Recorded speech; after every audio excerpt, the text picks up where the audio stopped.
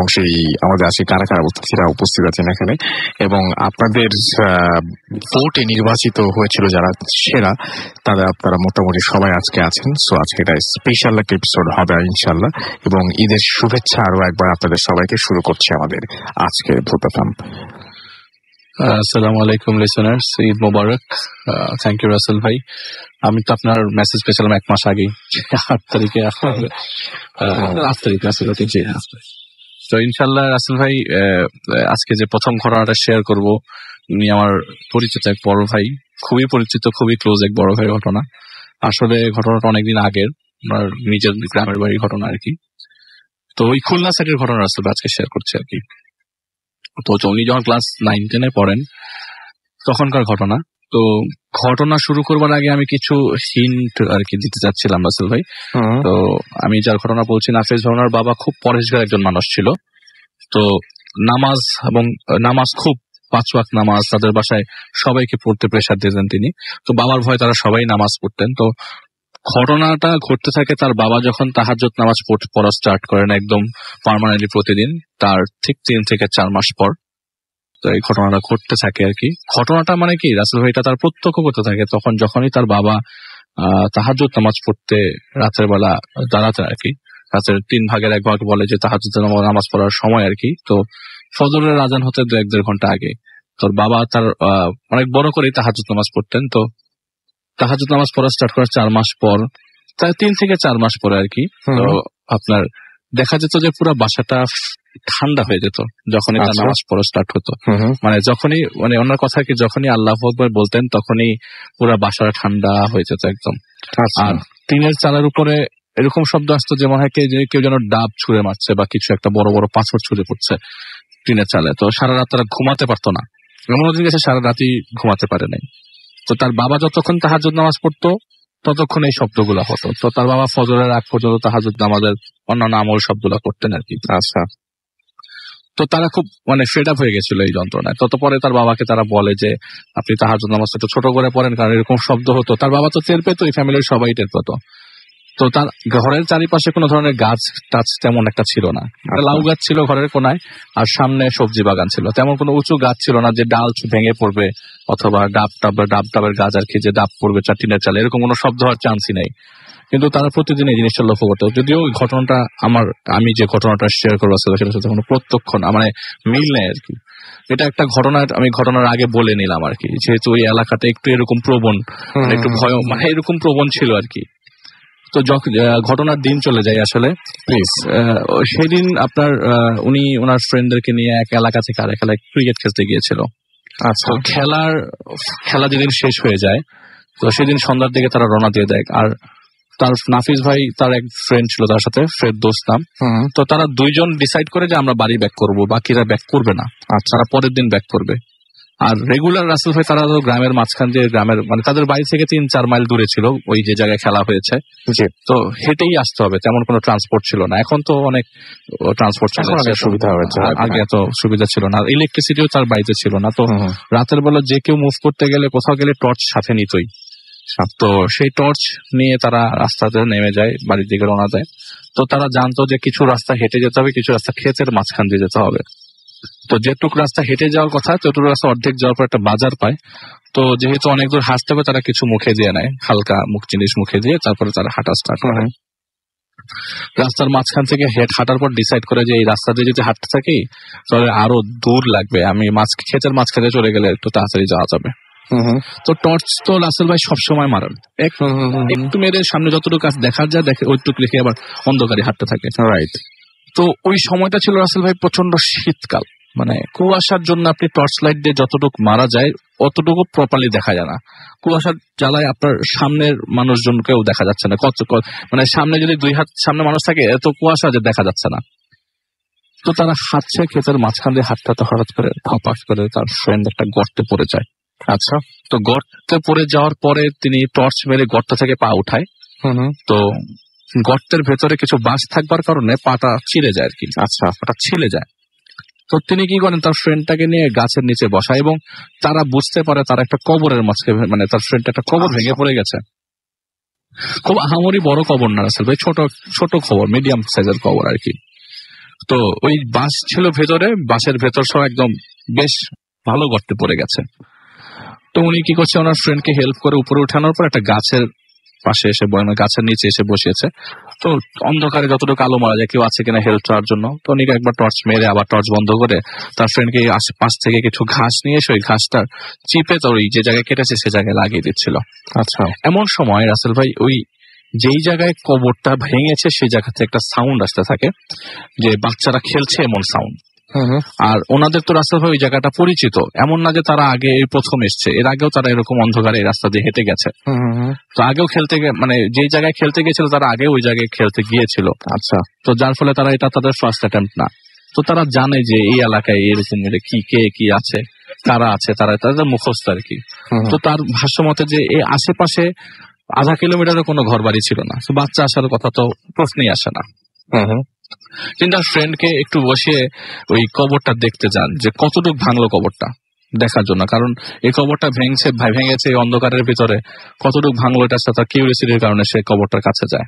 আচ্ছা, কবরটার কাছে যাওয়ার পর সে টর্চ মারে দেখে যে একটা পোর্শন পুরো ভেঙে নিচে চলে গেছে, আর কিছু বাস সরে যাওয়ার কারণে একটা ডেড বডি দেখা যাচ্ছে। ডেড বডি তো না আসল ভাই, আসলে একটা লাশ দেখা যাচ্ছে সেখানে। তো মানে উনি বলে যে মাটি দেখেই বোঝা যাচ্ছে যে একদম রিসেন্ট কবর, এটা 2 দিন হয়তো বা 3 দিন আগের কবর, গন্ধ আসছে ভেতর থেকে, পটকা একটা গন্ধ আসছে। উনি কি করলেন, আবারও তার ফ্রেন্ডের দিকে ব্যাক করতেই ফ্রেন্ডের কাছে তখনও পৌঁছায় নাই, সাউন্ড এরকম আসতে থাকে বড় বড় করে মা মা করে। আচ্ছা, বাচ্চারা মা মা করে ডাকছে। উনি খুব ভয় পেয়ে যায়, ভয় পেয়ে যাওয়ার পর চিৎকার, রাসেল ভাই আসলে ওই জায়গাটা বসে তিনি চিৎকার দেওয়া স্টার্ট করে যে কেউ আছে কিনা, হেল্প করেন আমাদের। এইটা আরো বেড়ে যায় তখন যখন তিনি তার ফ্রেন্ডের কাছে যে ধরতে তার ফ্রেন্ড পড়ে যায়, মানে ফ্রেন্ডটা অজ্ঞান হয়ে গেছে। মানে বলছে উনি ওনার কথা যে ওর নিঃশ্বাস চলছে, ওর নিঃশ্বাস শ্বাস প্রশ্বাস চলছে, কোনো সমস্যা নাই, কিন্তু ওই অজ্ঞান হয়ে গেছে। অজ্ঞান হওয়ার কারণটা কি ওই মুহূর্তে তো জানা যাচ্ছে না। তো ফ্রেন্ডটাকে তো বাড়িতে নিয়ে যেতে হবে, তাকে নিজে যেতে হবে, এখানে কোনো বিপদ ঘটতে পারে। তো দুয়া যতটুকু পড়া যায় পড়ছে, আর ফাঁকে ফাঁকে মানুষের হেল্প চাওয়ার জন্য আশেপাশে টর্চ মারছে কেউ আছে কিনা জিজ্ঞেস করে। ফ্রেন্ডটাকে একা ফেলে যেতেও পারছে না যদি কোনো বিপদ ঘটে। তো 10-15 মিনিট পরে রাসেল ভাই কারো পায়ের হাঁটার শব্দ শোনা যাচ্ছিল, যে কারণ কুয়াশার জন্য দেখা যাচ্ছে না ওপাশ থেকে কে আসছে। তো ঘাস মারিয়ে কেউ আসছে এরকম বোঝা যাচ্ছে। তো টর্চ মেরে একটা লোক এসছে। তো ওই লোককে বলে যে ভাই আমাদেরকে বাসা পর্যন্ত আগায় যেতে হবে, আমরা একটু বিপদে পড়ে গেছি, এই জায়গায় আমার ফ্রেন্ডটা পা কেটে গেছে আর অজ্ঞান হয়ে গেছে। তো উনি বললেন যে আচ্ছা ঠিক আছে। উনি মানে ওই লোকটা কোনো কথা বললো না। তো উনি কাঁধের মধ্যে নিয়ে এক হাত ওনার কাঁধে আর এক হাত ওনার হাতে, এভাবে কষ্ট করে প্রায় 2 মাইল উনি হেল্প করে রাসেল ভাই। এরকম হেল্পও মানুষ করতে যায় না তো রাতে, খুবই স্বাভাবিক। আর তখন উনি বলে যে আমার ঘড়িতে আমি দেখি যে তখন রাত 9:13 বাজে। আমি তখন বাড়ির উদ্দেশ্যে রওনা দিই, প্রায় ঘন্টাখানেক হাঁটার পরে বাড়িতে পৌঁছাই। তখন 10টা 10:15 বাজে। তো বাড়ির সবাইকে তিনি এই ঘটনাটা বলে যে এই ঘটনা, ও তো অজ্ঞান হয়ে গেছে, ওর পা থেকে রক্ত বেরোচ্ছে, এখন ওর বাসায় ওকে দিয়ে আসতে হবে। ওই পর্যন্ত তার ফ্রেন্ডের কিন্তু রাস্তায় জ্ঞান ফেরে নাই। আচ্ছা, তখন পর্যন্ত জ্ঞানটা ফেরে নাই। আচ্ছা, তো ওই যে লোকটা যে দিয়ে গেল তাকে ধন্যবাদ জানানোর সুযোগ পায় নাই। উনি ব্যাক করতে দেখে যে লোকটা নাই ওই জায়গাতে, মানে ঘরের মধ্যে ফ্রেন্ডকে বসেই আশেপাশে টর্চ মেরে দেখে যে লোকটা ওই জায়গায় নাই। তো তিনি কি করলেন, তার ফ্রেন্ডকে তার বাড়িতে পৌঁছে দিলেন, বলে যে অজ্ঞান হয়ে আছে, তো ওকে একটু যে জায়গায় কেটে গেছে সে জায়গায় একটু যতটুকু পারে অ্যান্টিসেপ্টিক দিয়ে কিছু দিয়ে যতটুকু রাখে সকাল পর্যন্ত অ্যাটলিস্ট ওই জায়গাটা কোনো যাতে ক্ষত না হয়। আর তো ঘরের ভিতরে সে চলে আসে। পরের দিন সকালবেলা জানতে পারে যে জ্ঞান ফেরে নাই, জ্ঞান ফিরছে সকাল 10টার দিকে, কিন্তু জ্ঞান ফেরার পর ওই ছেলে কাউকে চিনছে না, তার ফ্রেন্ড কাউকে চিনছে না। এখন রাসেল ভাই তখন শুরু হয়ে গেল, তার মানে তথাকথিত সিস্টেম। রাসেল ভাই গ্রামের কবিরাজ নিয়ে আসলো। তো তার কথা মতো যে কবিরাজ যত ঝাড়ফুঁক, কিন্তু আসল তো মনে হয় একটা দুয়া বা সূরা কিছু একটা কাজে লাগে। কিছুক্ষণের মধ্যে তার ফ্রেন্ড, এই তথাকথিত নিয়ম রাসেল ভাই চলে গেছে। তো ওই কিছুক্ষণ পর ওনার ফ্রেন্ডের জ্ঞান ফেরে, এবং জ্ঞান ফেরার পর সবাইকে চিনতে পারে। তো এক ফাঁকে উনি জিজ্ঞেস করলো যে কি ব্যাপার, তুই কালকে অজ্ঞান হয়ে গেছিলি, তোর কি কিছু মনে আছে কিনা? তো তিনি একটা কথা বললেন ফেরদৌস ভাই, যে তুই যখন টর্চ নিয়ে কবরের কাছে গেলি, ওই টর্চ মারার সাথে সাথে আমি কবরের উপরে 2টা বাচ্চা দেখি। আচ্ছা, এবং 2টা বাচ্চা খিলখিলিয়ে হাসছে বড় করে হা করে। এইটা দেখে আমি চিৎকার দিব, এমন সময় আমার কানের মধ্যে কে জানি একটা বাচ্চা এসে হাত দিল। আমি পিছনে তাকাতেই আমার আর চেহারার কিছু মনে নেই, আমি অজ্ঞান হয়ে যাই। এইটা বলার পরে এলাকার লোকজনকে নিয়ে রাসেল ভাই সবাইকে নিয়ে ওই কবরস্থানে যাওয়া হয়, যে আসলে এখানে একটা কবর ভাঙা পড়ে গেছে গতকাল রাতে, যে ওরা যে এসেছিল তা বোঝা গেছে আর কি। তো ওই যে এলাকার যে লোকের যে জায়গাটা, যেখানে কবর যার জায়গা মালিক, তিনি পর্যন্ত এসে বলে যে ভাই 2 দিন আগে তো আমার ছেলেটা পানিতে পড়ে মারা গেছে, এই জায়গায় কবর দিয়েছিলাম। তখন উনি রিলেট করলেন যে তাহলে আমি কোনো কিছু অবজার্ভ করি নাই, তাহলে অবজার্ভ যে করেছে আমার ফ্রেন্ডই করেছে। তো কবরটা এখানে দিয়ে এলাকার লোকজন তখন বলেছে যে হুজুর নিয়ে সে জায়গায় যদি কোনো দোয়া পড়ে দেওয়া যায় খুব ভালো। তো ওনারা চলে আসে বাড়িতে, স্বাভাবিকভাবে চলে আসে। তো 5 দিন পর রাসেল ভাই তার ফ্রেন্ডটা মারা যায়, যে ফ্রেন্ডটা এই প্রত্যক্ষ করেছিল। তো মারা যাওয়ার আগের দিন তার টেম্পারেচার প্রায় 105 ডিগ্রি উঠে যায়। তো সবাই এতটা ঘাবড়ান নাই, ওই কবিরাজ ডাক্তার আনতে আনতেই উনি মারা যান আর কি। ঢাকায় নিয়ে আসার প্ল্যানিং ছিল। তো ওই মুহূর্তে সে প্রলাপ করছিল এরকম যে কবরটা যেন আমার ওইখানে হয়, ওই কবরের পাশে হয়। এই আপনার প্রলাপটা এরকম করছিল যে উল্টাপাল্টা করে, যে আমার কবরটা যেন ওই জায়গায় হয়, ঘরের মধ্যে। পরের দিন সকালে মারা যায় এবং তার শেষ কবরটা রাসেল ভাই ওই জায়গাতেই দেওয়া হয়। আচ্ছা। তো তার ফ্রেন্ডের সাথে এরকম ঘটনা তাকে খুব ভাবায় তোলে, যে আমার ফ্রেন্ড আমার সাথে ছিল, মারা গেল। পরে সে ঢাকায় চলে আসে রাসেল ভাই, কিন্তু ওই জায়গায় আশেপাশে এখন ঘর বাড়ি উঠে গেছে। এখনো ভাইয়া ওই জায়গায় বছরে একবার হলেও বাচ্চাদের শব্দ পাওয়া যায়। আচ্ছা। ওই জায়গাটা এত ফেমাস যে এখনো বছরে একবার কেউ না কেউ ওখানে বাচ্চার একটা আওয়াজ পাই, হয় কান্নার, হয় হাসির শব্দ। এটাই ছিল রাসেল ভাই ঘটনা। থ্যাংক ইউ সো মাচ আলিফ, চমৎকার একটা ঘটনা উপহার দেওয়ার জন্য। আশা করছি যে আপনাদেরও ভালো লেগেছে। আমি একটু ফেসবুকে দেখি যে কার কেমন লেগেছে। আর তার আগে জানিয়ে দিই আমাদের ফেসবুকে কিভাবে জয়েন করবেন। আমাদের ফেসবুকে যদি আপনি জয়েন করতে চান তাহলে চলে আসতে হবে আপনাকে যে অ্যাড্রেসে, সেটি হচ্ছে www.facebook.com/bhutfm.russell অথবা www.facebook.com/radio.furti। এই দুটো অ্যাড্রেসে এসে আপনি কিন্তু আপনার সবকিছু জানাতে পারেন। আমি দেখতে পাচ্ছি যে অনেকে অলরেডি এই পেজে চলে আসছেন এবং অনেকেই লিখছেন সেখানে, এবং আজকের ঘটনা নিয়ে লিখতে পারেন কোন ঘটনাটা আপনার ভালো লাগছে, কোন ঘটনাটা ভালো লাগছে না, সবকিছু কিন্তু আমাকে আপনি জানাতে পারেন, এবং আপনাদের এই মতামতগুলো অনেক মূল্যবান আমার কাছে। তো যাই হোক, আমি দেখতে পাচ্ছি যে এইখানে অনেকেই লিখছেন। আমাদের এইখানে আছেন, দেখতে পাচ্ছি রাফসান হামিদ রানা, এবং তিনি বলছেন তিনি নতুন। তারপরে লিখছেন ফরিদুর রহমান, এবং তিনি বলছেন যে রাসেল ভাই আমি ইন্ডিয়া থেকে অ্যাপ দিয়ে শুনছি কোনো কারণে। আচ্ছা, তিনি অ্যাপের পিকটা কোনো কারণে এখানে আপলোড করতে পারেনি, বাট তিনি অ্যাপ দিয়ে শুনছেন সেটা বলছেন। শুনছেন এটাই অনেক। And thank you very much আমাদের সঙ্গে থাকার জন্য। আসাদুল হক সুমন আমাদের লিখেছেন যে ফার্স্ট ঘটনাটা ভালো ছিল। হ্যাঁ, ফার্স্ট ঘটনা যিনি বলেছেন তিনি সবসময় ভালো ঘটনাই বলেন, সো আজকেও তার ব্যতিক্রম হয়নি। কাজী শাহরুখ হোসেন বা বাবন আমাদের লিখেছেন থ্যাংক ইউ আলিফ ভাই। এছাড়াও আমাদেরকে আল আরাফাত লিখেছেন যে আজকে মজা হবে। ইমন হোসেন জয় আমাদের সাথে আছেন, আমাদের সঙ্গে আছেন দেখতে পাচ্ছি হৃদয় খান, এবং আমাদের সঙ্গে আছেন দেখতে পাচ্ছি জাহিদুল ইসলাম জাহিদ। এছাড়াও মোহাম্মদ আরজি আমাদের সঙ্গে আছেন, ABS আরিফ হোসেন, রাজিবুল হাসান আমাদের সঙ্গে আছেন। ঈদ মুবারক জানিয়েছেন, যদিও ঈদ শেষ, তারপরেও তিনি বলছেন যে আমরা স্পেশাল এপিসোডটি শুনবো। সাব্বির আহমেদ আমাদের খুলনা থেকে আমাদের সঙ্গে আছেন, এবং তিনি বলছেন যে তার তিনি এবং তার একটা ফ্রেন্ড তারা একসঙ্গে শুনছেন ভূত এফএম।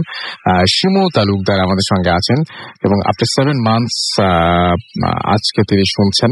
ওয়েলকাম ব্যাক শিমু, এবং আশা করছি এখন থেকে রেগুলার আমাদের সাথে থাকবেন। স্বাধীন রহমান আমাদের সঙ্গে আছেন। এছাড়াও আমাদের সাথে আছেন পাপ্পি সুলতানা, এছাড়াও MD Hasan Khan, bright Jackson, Zahidul ইসলাম জাহিদ, এমডি নওশাদ, ফাহিম চৌধুরী, মোহাম্মদ রানা, রাতুল, আরিয়ান রাজ, এছাড়াও মোহাম্মদ দীপু, আল আসমাউল হুসনা সহ আরো অনেকেই আমাদের সঙ্গে আছেন। আমরা একটা কাজ করি, আমরা পরবর্তীতে বাবু ভাইয়ের কাছে চলে যাই আর একটা ঘটনা শুনে আসি।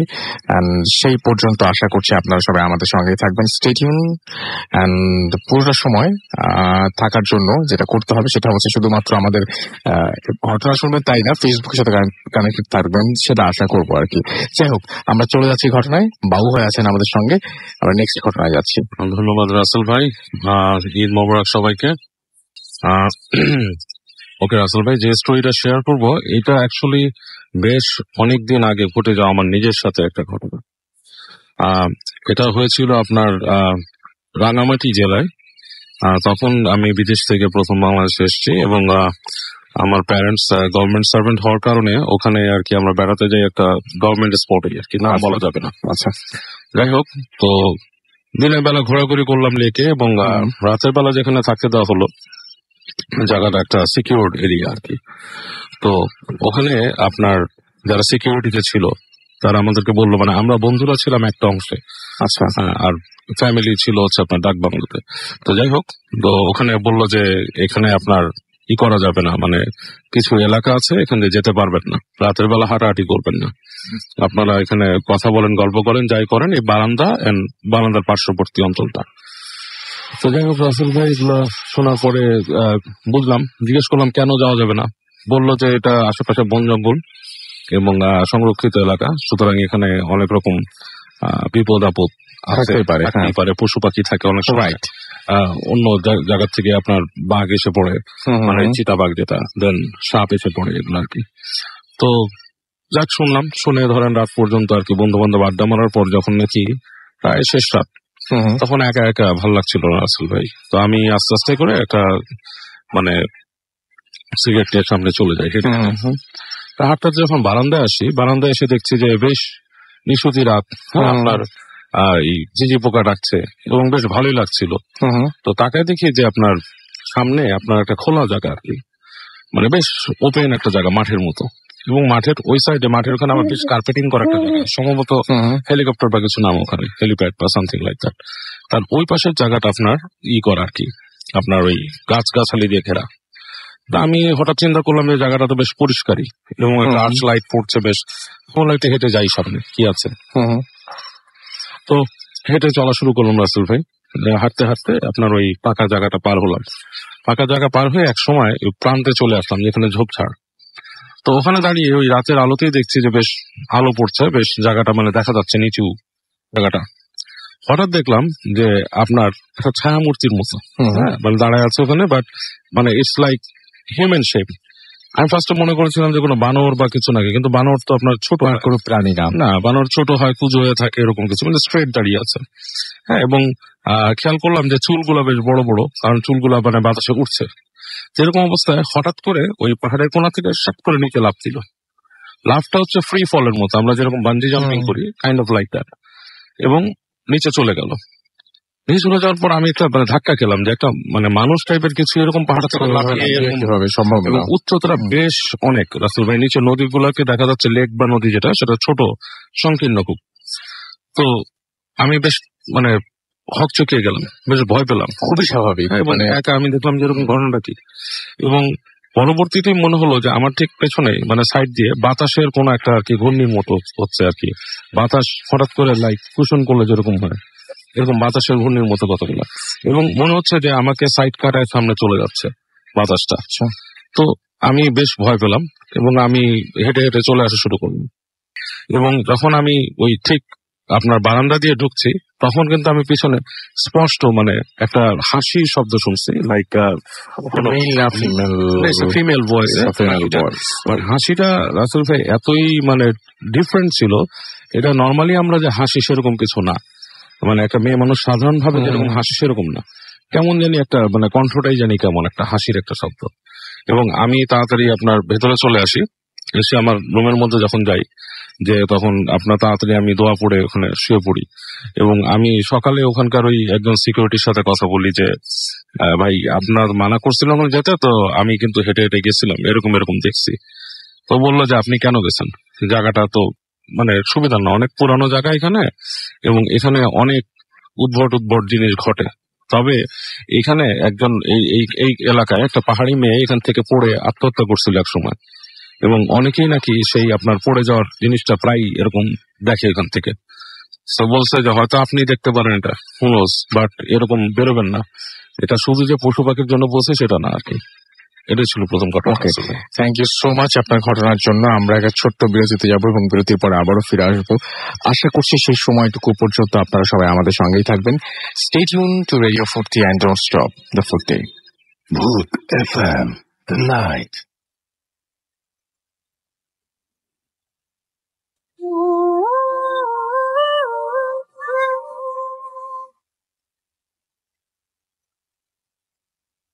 Yes, the night comes alive with Gramophone. শুনছেন সবসময় রেডিও 48.0 FM। আমি রাসেল আছি, সাথে আমার সাথে রয়েছে মাসুম ভাই, এবং আজকে অতিথি আপনাদের সবাইকে আরো একবার স্বাগত জানাচ্ছি। আর কথা না বাড়িয়ে সরাসরি ঘটনায় চলে যাচ্ছি। তার আগে না একটু আমার মনে হয় আমরা কিছু আপনাদের কমেন্ট পড়েই ফেলি। আমাদের এখানে দেখতে পাচ্ছি অনেকেই কমেন্ট লিখেছেন, এন্ড আমি দেখতে পাচ্ছি যে বিজয় খান লিখেছেন, রাসেল ভাই আমি বিজয় খান ব্রাহ্মণবাড়িয়া থেকে শুনছি অনেকদিন পর, মানে আশা করি এখন কন্টিনিউ, আচ্ছা এখন রেগুলারলি শুনবেন, তিনি সেটা জানাতে চেয়েছেন। আছেন আমাদের ভিডিও ফুর্তির পেজে, এছাড়াও ইলিয়াস শিকদার আমাদের সঙ্গে আছেন সোহেল আহমেদ তুতুল, এছাড়া তিনি 2010 থেকে আমাদের সঙ্গে আছেন। অনুপ আমাদেরকে বলছেন ব্যাকগ্রাউন্ড মিউজিকটা কিন্তু জোস হচ্ছে। আমাদের সাথে আছেন দেখতে পাচ্ছি আবিদ, এবং প্রিন্স জাহাঙ্গীর আমাদের সঙ্গে আছেন দেখতে পাচ্ছি এমডি তামিম খান, এছাড়াও আমাদের সাথে তানজিদ আছেন আমাদের সঙ্গে দেখতে পাচ্ছি তানবীর আহমেদ, এছাড়া এমডি লিঙ্কন আমাদের সঙ্গে আছেন। এবং তিনি আমার লেখা পড়েন না কেন, আপনার কি তাই মনে হলো এখন? নাফিস রিজওয়ান আমাদের সঙ্গে আছেন এবং তিনি চিরং থেকে শুনছেন। আমাদের সঙ্গে আছেন দেখতে পাচ্ছি তামান্না পারভিন, এছাড়া আমাদের সঙ্গে আছেন সৈয়ব, এছাড়াও আমাদের সঙ্গে প্রান্ত ডালিম আছেন, উৎস আহমেদ, ভালোবাসা নীল কাব্য, শাফিউল আলম মাহিন, অবুজ বালক সহ আরো অনেকে আমরা দেখতে পাচ্ছি। অ্যাপ দিয়ে শুনছেন শাহেদ আহমেদ, এবং আমাদের সঙ্গে আছেন আসাদুজ্জামান ফরহাদ, তিনিও অ্যাপ দিয়ে শুনছেন আমাদের সঙ্গে, এবং আমাদের সঙ্গে আছেন তিনি। যাই হোক, আমরা চলে যাব এখন আফরান ভাইয়ের কাছে, তার একটা ঘটনা শুনে আসবো। আমাদের সঙ্গেই থাকুন। আসসালামু আলাইকুম লিসেনার্স, ঈদ মোবারক সবাইকে। রাসেল ভাইকে ধন্যবাদ আজকে স্পেশাল এপিসোডে আমাকে ইনভাইট করার জন্য। রাসেল ভাই, আজকে যে ঘটনাটি আমি শেয়ার করব, ঘটনাটি আমাদের রাজবাড়ী জেলার বালিয়াকান্দি উপজেলার আরকান্দি নামক একটা গ্রাম এলাকা আছে। সে এলাকায় আমাদের জেলার অত্যন্ত প্রাচীন এবং খুবই পরিচিত একটা অনেক বড় একটা শ্মশান আছে, যেটা আরকান্দি শ্মশান নামে পরিচিত। তো আজকের ঘটনাটা মোটামুটি ওইকেন্দ্রিক। তো আজকে শুরুতে একটা বিষয় আগে বলিনি, ঘটনার প্রথম অংশ সেটা আজকে ঘটনা যাদেরকে নিয়ে দুই ভাই, একজনের নাম রইসুদ্দিন আর একজনের নাম রহিমউদ্দিন, দুই ভাই। ওনারা পেশায় আসলে কাঠমিস্ত্রি ছিলেন। আচ্ছা। তো ওনারা কাঠমিস্ত্রি কাজ করলো, আসলে নিজেদের ঘর ওনারা আসলে কখনো তৈরি করেন নাই। একটা পর্যায়ে মনে হলো নিজেদের ঘরটা একটু সুন্দর করে করার দরকার। আচ্ছা। তো কারণ ঘর করতে গেলে কিন্তু আমরা গ্রাম দেশে যেটা বলি কামলা আমরা নিয়ে আসি আর কি, বিভিন্ন জায়গা থেকে, মানে কাজে সহযোগিতা করার জন্য। তো ওনারা এরকম একজন কামলা নিয়ে আসলেন। এটা ঘটনা কিন্তু আসলে 1985 বা 86 সালের ঘটনা, এটা মানে শুরুর ঘটনাটা। তো একজন কামলা নিয়ে আসলেন। তো কামলা দেখে বুঝতে পারলেন যে ইনি সনাতন ধর্মাবলম্বী লোক। তো আনার পরে তখন কামলাকে বললো যে আপনার কি আরো কোনো সহযোগী লাগবে নাকি আপনি একা পারবেন? বললো আমার কোনো সহযোগী লাগবে না, আমি একাই সব কাজ করতে পারবো, আপনি খালি আমাকে দেখিয়ে দিবেন কি কি করতে হবে। তখন ওই দুই ভাই ওনারা দেখিয়ে দিলেন। ওনারা নিজেরাও যেহেতু কাঠমিস্ত্রি ছিলেন, ওনারাও কাজ করেন এবং সাথে ওনাকে কিছু হেল্প করতে বলেন। ওনারা খুব ভালো কাজ করে, অনেকের কাজ উনি একাই করে।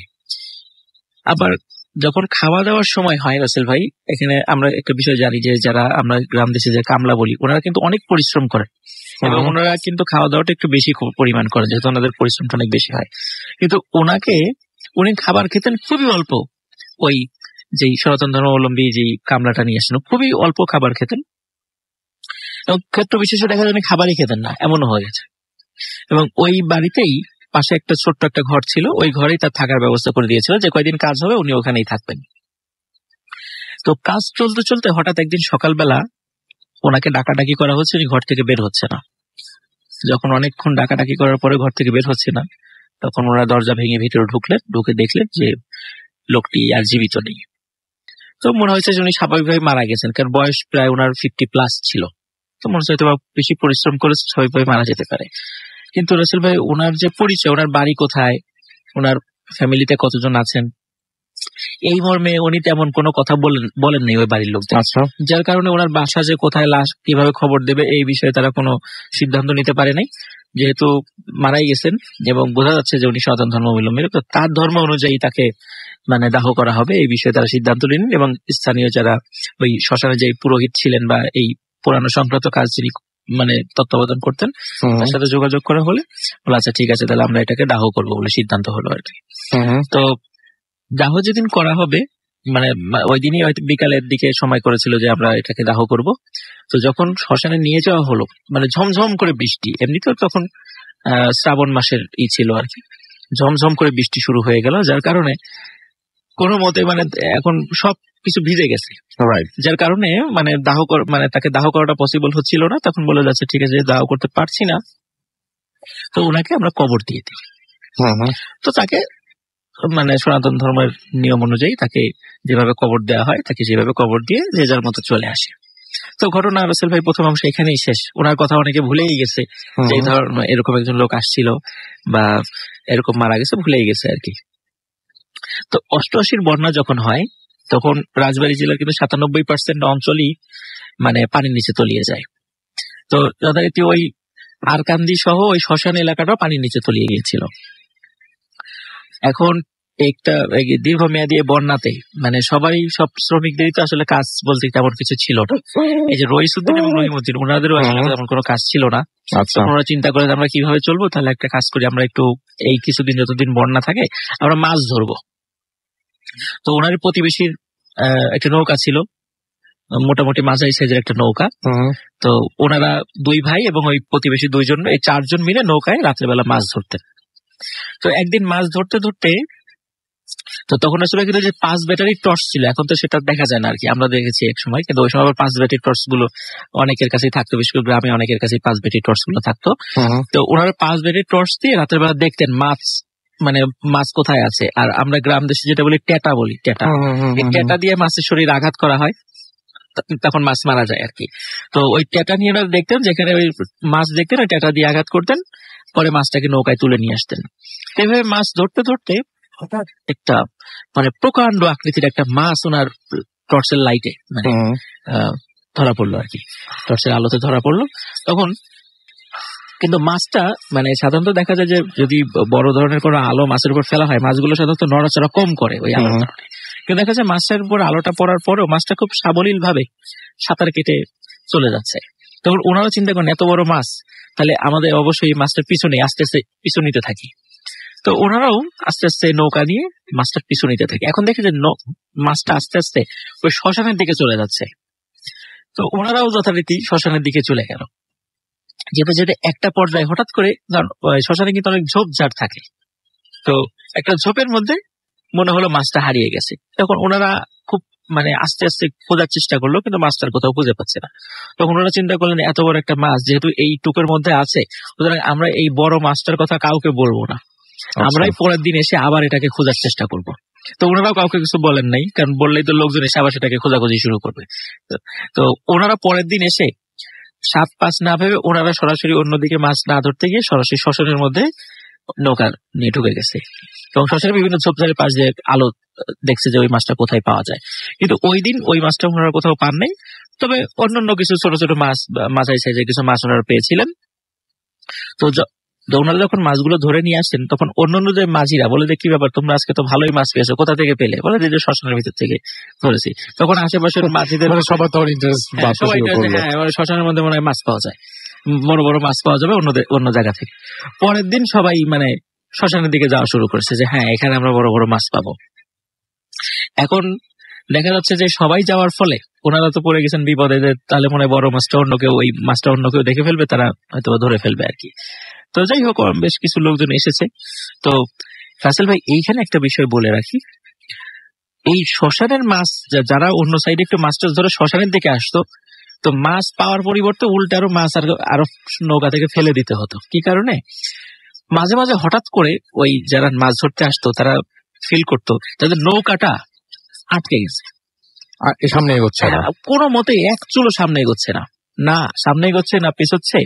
আর নৌকা যদি নিচে কোনো কিছুর সাথে জড়িয়ে গিয়ে থাকে তাহলে কিন্তু মানে নৌকাটা মুভ করবে, ওই জায়গাতে না আসলে মুভ করবে, কিন্তু নৌকাটা এমন ভাবে মানে পানির উপরে ছিল মনে হচ্ছে যে নিচের থেকে শক্ত কোনো কিছুর উপরে ওইটা একদম গেঁথে দেওয়া হয়েছে, মানে এক চুলো নৌকাটা নড়ছে না।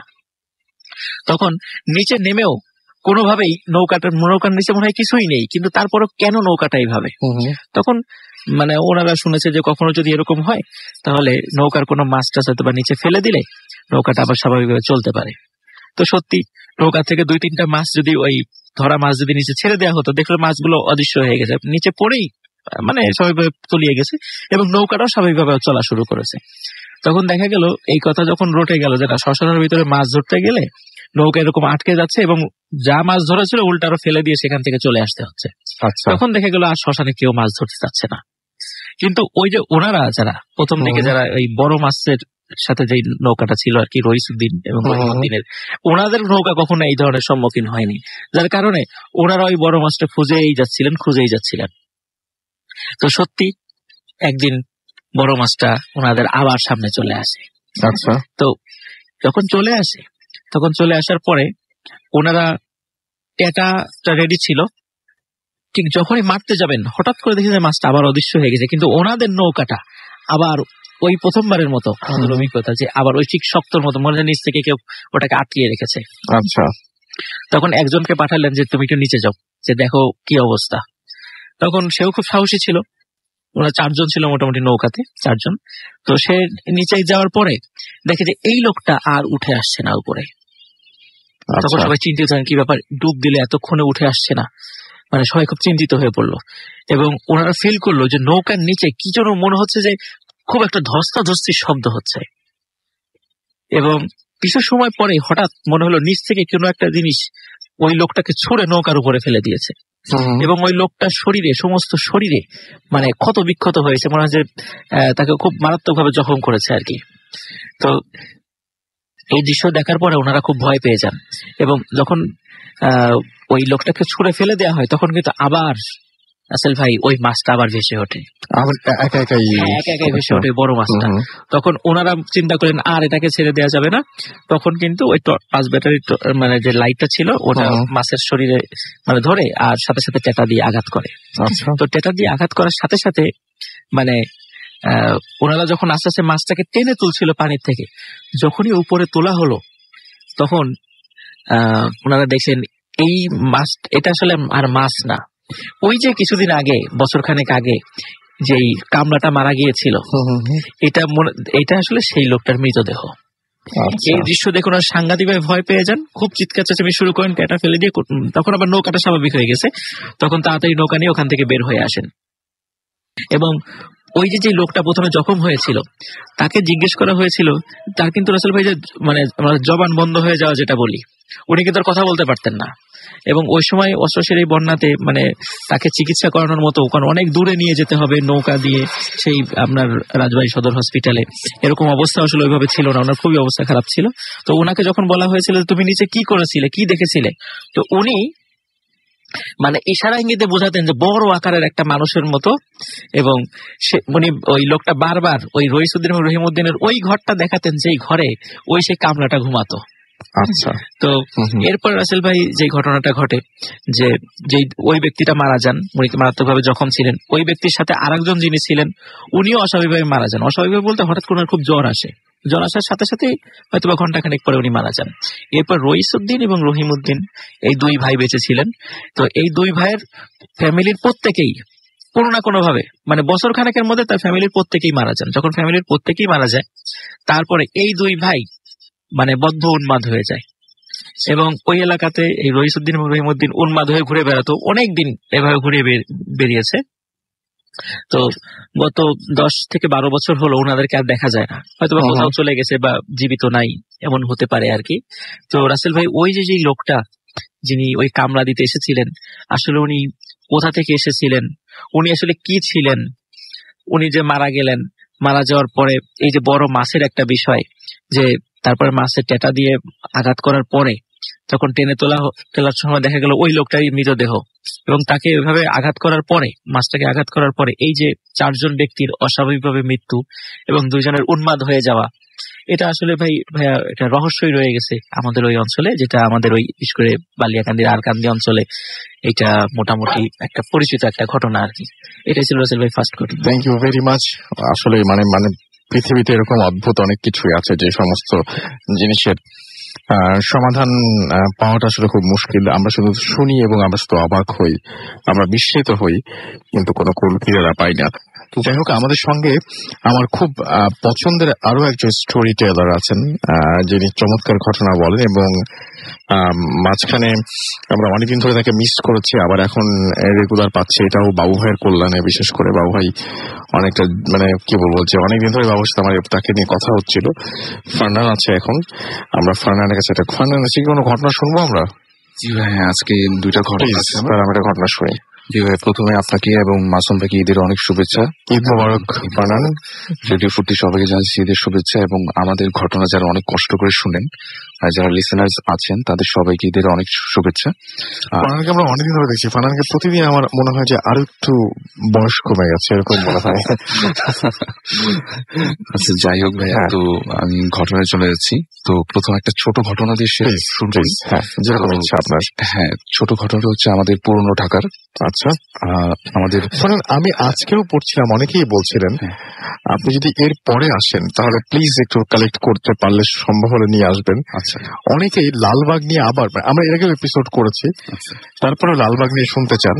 আচ্ছা, তো লালবাগের কোনো ঘটনা থাকলে ডেফিনেটলি এর পরের বার প্লিজ একটু মনে করে নিয়ে আসবেন। অবশ্যই অবশ্যই ভাই, অবশ্যই। Thank you. আমরা চলে যাই ঘটনায়। অবশ্যই। যে আজকে যে ঘটনাটা শেয়ার করবো ভাই, সেটা হচ্ছে আমাদের এলাকার এক বড় ভাই, তার নাম হচ্ছে সজীব। উনি আমাদের পুরনো ঢাকার একজন ব্যাগ ব্যবসায়ী, বড় বিজনেসম্যান উনি। তো ওনার সাথে আমার এই প্যারানর্মাল বিষয়গুলো নিয়ে কিছুদিন আগে বেশ কিছু কথা হয়েছিল। উনি আমাকে বললেন যে আমাদের নিজেদের বাসাতেই এরকম অনেক ঝামেলা রয়েছে।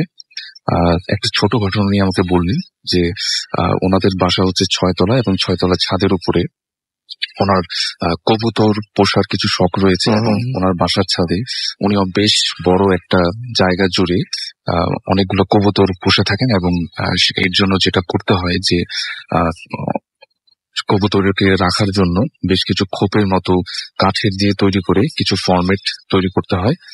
আর যেটা হয় যে ওই জিনিসগুলোকে ভালো মতো সেভ রাখার জন্য, যাতে বিড়াল তারপরে চিল এগুলো যাতে আক্রমণ না করে, ওই কাঠামোগুলোর উপরে টিনের একটা আস্তরণ দেওয়া হয় উপরে। আচ্ছা, তো জিনিসগুলো দেখতে অনেকটা ঘরের মতো মনে হয়। তো আমাদের পুরান ঢাকায় যারা কবুতর পুষে থাকেন তারা অবশ্যই জিনিসটা ভালো মতো বুঝতে পারবেন, হয়তো আমি ঠিক মতো বলতে পারছি না। তো সবসময় যেটা হয়, উনি ওনার ব্যবসার প্রতিষ্ঠান থেকে যখন বাসায় যান রাত্রে, তো উনি রাত্রে ডিনার করে প্রায় 12টা, 12:30, 1টা এরকম একটা সময় উপরে ছাদে যেয়ে কবুতরগুলোকে খাবার দেন। আচ্ছা, এবং কিছুক্ষণ ছাদে হাঁটাহাঁটি করে নিচে চলে আসেন। তো উনি প্রতি রাতের মতো এইভাবে একদিন 12:30টার দিকে এক রাতে ওই কবুতরগুলোকে খাবার দেওয়ার জন্য তার মানে ছাদে যায়, এবং ছাদে যখন সে যাবে, গেটটা খুলবে, তখনই সে একটা জিনিস, অদ্ভুত একটা জিনিস লক্ষ্য করলো। এবং সেটা হচ্ছে ওই কবুতর গুলার যে ঘর ছিল, ওগুলোর ঠিক উপরে টিনের চালের মাঝখানে একটা জায়গা ফাঁকা ছিল। তো ওই ফাঁকা জায়গাটাতে একটা অদ্ভুত একটা জিনিস ওখানে বসে থাকতে সে দেখে, এবং জিনিসটা দূর থেকেই উনি টর্চের আলোয় যেটা দেখলেন যে অনেক বড় একটা পাখির মতো, মানে যেটাকে দূর থেকে দেখলে মনে হবে যে পাখি টাইপের কোন একটা কিছু। কিন্তু উনি খুব অবাক হলেন যে এত রাত্রে এটা কি আসলো আসলে ওখানে। তো এটা তো কোনো, প্রথমে উনি মনে করলো হয়তো বা কোনো চিল অথবা কোনো কাক বা এরকম কিছু একটা এসেছে। কিন্তু উনি যখন ভালো মতো টর্চের আলোটা দিয়ে, মানে ছাদের গেটটা থেকে ভালো মতো দেখার চেষ্টা করলেন যে আসলে বিষয়টা কি, উনি ভালো মতো দেখার পরে উনি যেটা দেখলেন যে এটা আসলে পাখির মতো মনে হলেও এটা আসলে কোন একটা পাখি না, কেননা এটার মাথাটা ছিল অনেক মোটা এবং অনেকটা ছাগলের মাথার মতো ছিল। এবং এই জিনিসটা দেখার পরে ওনার কাছে যেটা মনে হলো যে বিষয়টা আসলে প্যারানর্মাল কিছু একটা হতে পারে, এটা কোনো পাখি বা এরকম কিছু একটা না। তো উনি ভালো মতো জিনিসটাকে দূর থেকে দেখার চেষ্টা করলেন, এবং যেটা পরে করলেন যে একটা বড় লাঠি নিয়ে সেই জিনিসটাকে তাড়ানোর জন্য ছাদে গেলেন। এবং যখনই সে ওই জিনিসটাতে আঘাত করার চেষ্টা করছিল, উনি আমাকে বললো যে ওই জিনিসটা তত অনেক জোরে জোরে শব্দ করছিল, এবং শব্দগুলো এতটাই আনইউজুয়াল ছিল যে এরকম কোনো শব্দ কোনো পাখি করতে পারে না। তো উনি পরে যেটা করলো যে ওটাকে লক্ষ্য করে অনেক বড় একটা লাঠি দিয়ে ওটার মাথায় আঘাত করার চেষ্টা করছিল, কিন্তু ওটা এক পর্যায়ে এতটাই শক্তিশালী ছিল যে ওই লাঠিটাকে ওই 6 তলা ছাদের উপর থেকে ফেলে দেয়। তো উনি তখন বেশ ভয় পেয়ে যায়। উনি তখন মনে করে যে এই জিনিসটা আসলে কোনো নর্মাল কিছু না, হয়তোবা কোনো একটা খারাপ কিছু তার ছাদে এসেছে। উনি সাথে সাথে তখন ছাদ থেকে মানে নেমে নিচে চলে যায় এবং এরপরে বাসায় উনি এই কথাটা কারোর সাথে শেয়ার করে না। কিন্তু তারপরে ঘন্টাখানিক পর উনি ছাদে আবার ওই জিনিসটাকে দেখার জন্য ভালো মতো ভেরিফাই করার জন্য আবার যায় যে কোনো কিছু হলো কিনা তার কবুতরগুলার। তো উনি যখন আবার ছাদে যে পৌঁছায় তখন উনি ওই জায়গাটাতে দেখে যে ওখানে কিছু নেই। তো উনি ভালো মতো আশেপাশের ছাদটাকে চেক করে দেখার চেষ্টা করে যে এরকম কোনো কিছু ছাদে কি এখনো রয়ে গেছে না চলে গেছে। তো উনি তখন দেখে যে না, আসলে কিছুই নেই। একটু আগে ঘন্টাখানেক আগে যে জিনিসটা সে দেখেছিল সেটা একেবারেই এখন অদৃশ্য হয়ে গেছে। আর উনি তখন পাশে আরেকটা ছোট একটা ঘরের মতো ছিল, ওই ঘরটাতে মানে যে কবুতরগুলোর ডিম দেয় ওগুলোকে আলাদা করে রাখা ছিল। তো ওই ঘরের একটা ছোট গেটও ছিল। ওই গেটটাকে খুলে মানে ভিতরে জিনিসটাগুলো মানে দেখার চেষ্টা করলো যে ভিতরে সবকিছু ঠিক আছে কিনা। উনি যখনই ওই গেটটাকে আবার খুললো, খোলার সাথে সাথে উনি যখন ভেতরে ছোট লাইটের মতো একটা ছিল সেটা যখনই অন করতে যাবে তখনই মানে সুইচে যখন সে চাপ দিল তখনই তার মনে হলো যে অনেক বড় দুটো হাতের মতো তার গলা চেপে ধরলো এবং হাতগুলা এতটাই বড় ছিল যে তার ফেসের থেকে অনেক বড়। এবং উনি বললো যে আমি জাস্ট চোখটা খোলার সাথে সাথে দেখলাম যে দুটো হাতের মতো কিছু একটা আমার গলা চেপে ধরলো এবং আমাকে মানে একদম দম আটকে মেরে ফেলার মতো সেরকম একটা চেষ্টা করলো। তো উনি তখন প্রচন্ড জোরে শব্দ করে ওখানে পড়ে গেল।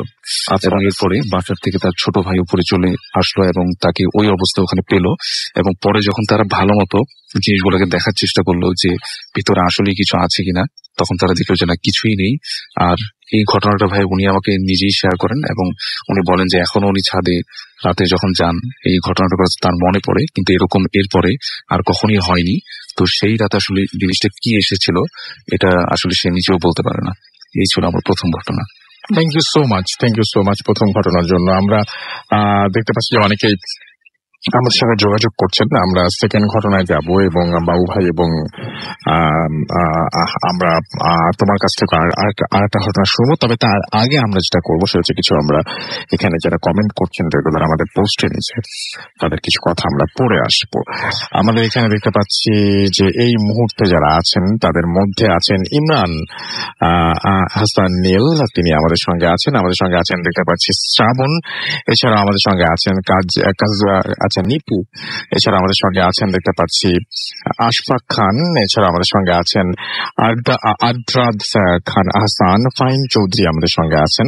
আমাদের সঙ্গে আছেন দেখতে পাচ্ছি মিস্টার বারাসাত এবং আমাদের সঙ্গে আছেন হাসিব আল হাসান, আফজাল শাকিল, এছাড়া আমাদের সঙ্গে আছেন মাজদাবিন রহমান, এছাড়া আমাদের সঙ্গে আছেন মামুন খান, এছাড়া আমাদের সঙ্গে আছেন দেখতে পাচ্ছি হলি সিয়াম, আচ্ছা শ্রাবণ, আমাদের সঙ্গে আছেন দেখতে পাচ্ছি আয়েশা সিদ্দিকা মারজান, এছাড়া আমাদের সঙ্গে আরো অনেকেই আছেন। আপনি থাকতে চান তাহলে অফকোর্স আমাদের সঙ্গে আমাদের থাকলেই হবে, এবং আপনি যদি আরো একটু বেশি আমাদেরকে ইন্সপায়ার করতে চান তাহলে আমাদের যে ফেসবুক পেজ আছে সেখানে আপনি লিখতে পারেন রেগুলারলি। এবং আজকে যদিও অনেকেই শুনছেন তারপরে আজকে ম্যাক্সিমাম মানুষই বিজি এবং অনেকেই হয়তো রাস্তায় আছেন এই মুহূর্তে, ঢাকায় ফিরছেন। তো যাই হোক, আমরা ছোট্ট বিরতির পরে আবারও ফিরে আসবো। সেই পর্যন্ত আশা করছি আমাদের সঙ্গেই থাকবেন। স্টে টিউন টু রেডিও ফুর্তি এন্ড ডোন্ট স্টপ ফুর্তি। Bhoot FM. The night comes alive with Gramophone.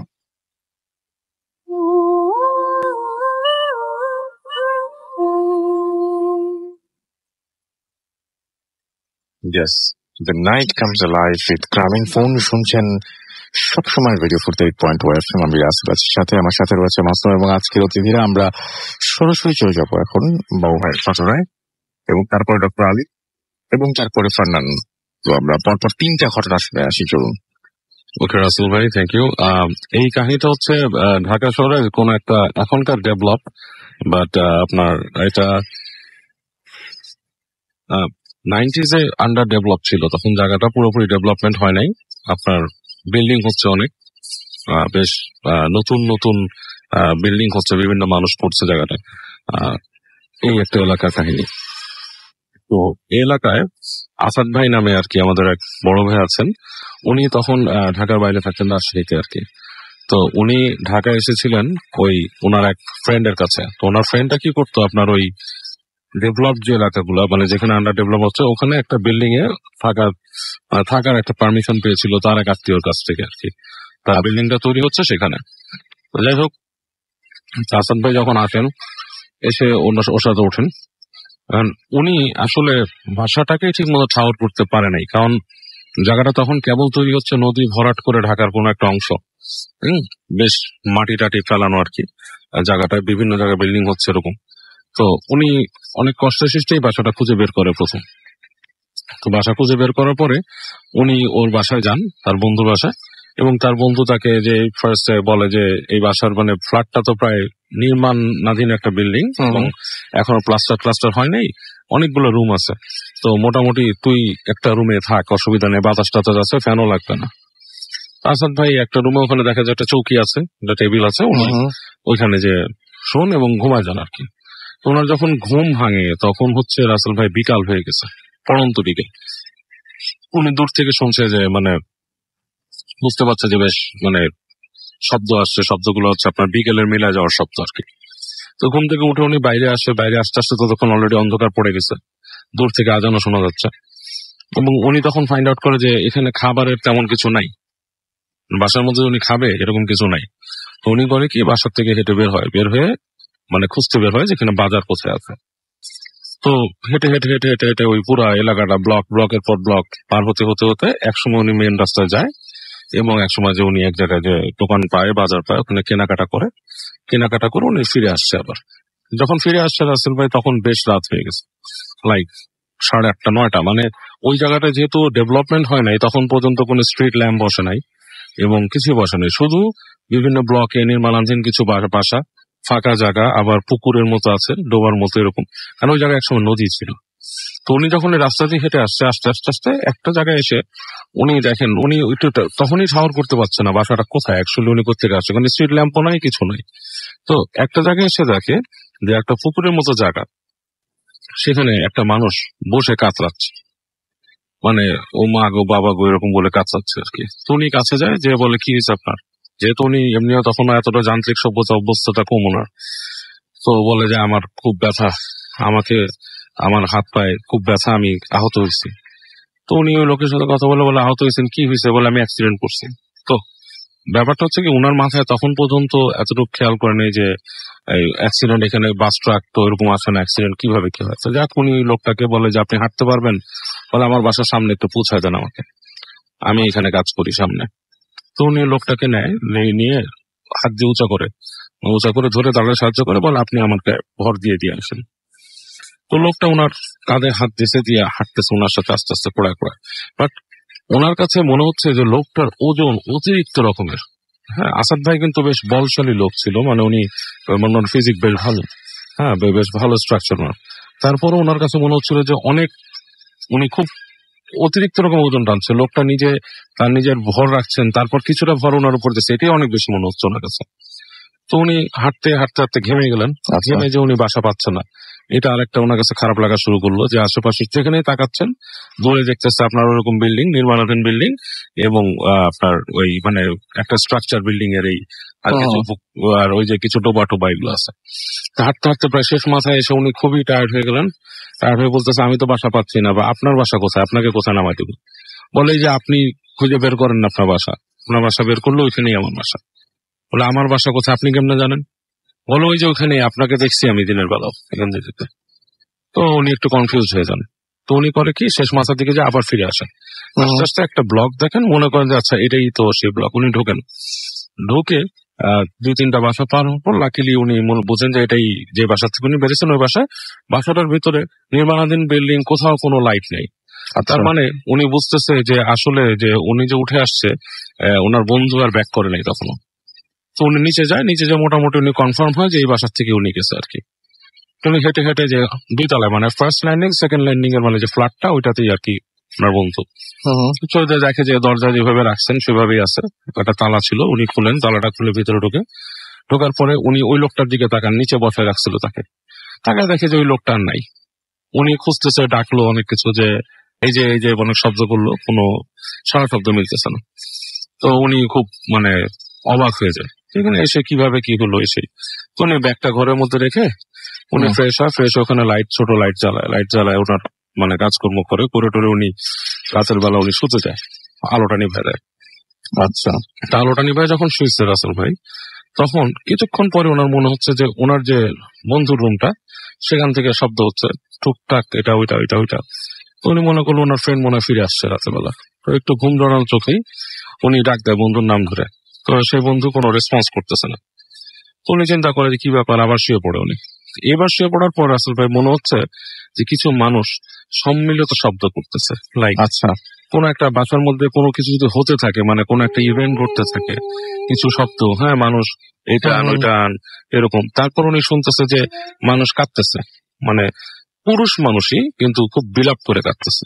আচ্ছা, এটা শুনে উনি কি হয়েছে, উনি এক পর্যায়ে উঠে যায় বিছনার থেকে, ওই যে খাটের থেকে উঠে, চোখের থেকে উঠে হাঁটতে যায়, লাইটের সুইচে লাইট দিয়ে দেখে লাইট জ্বলে না রুমের, মানে আলো জ্বলছে না।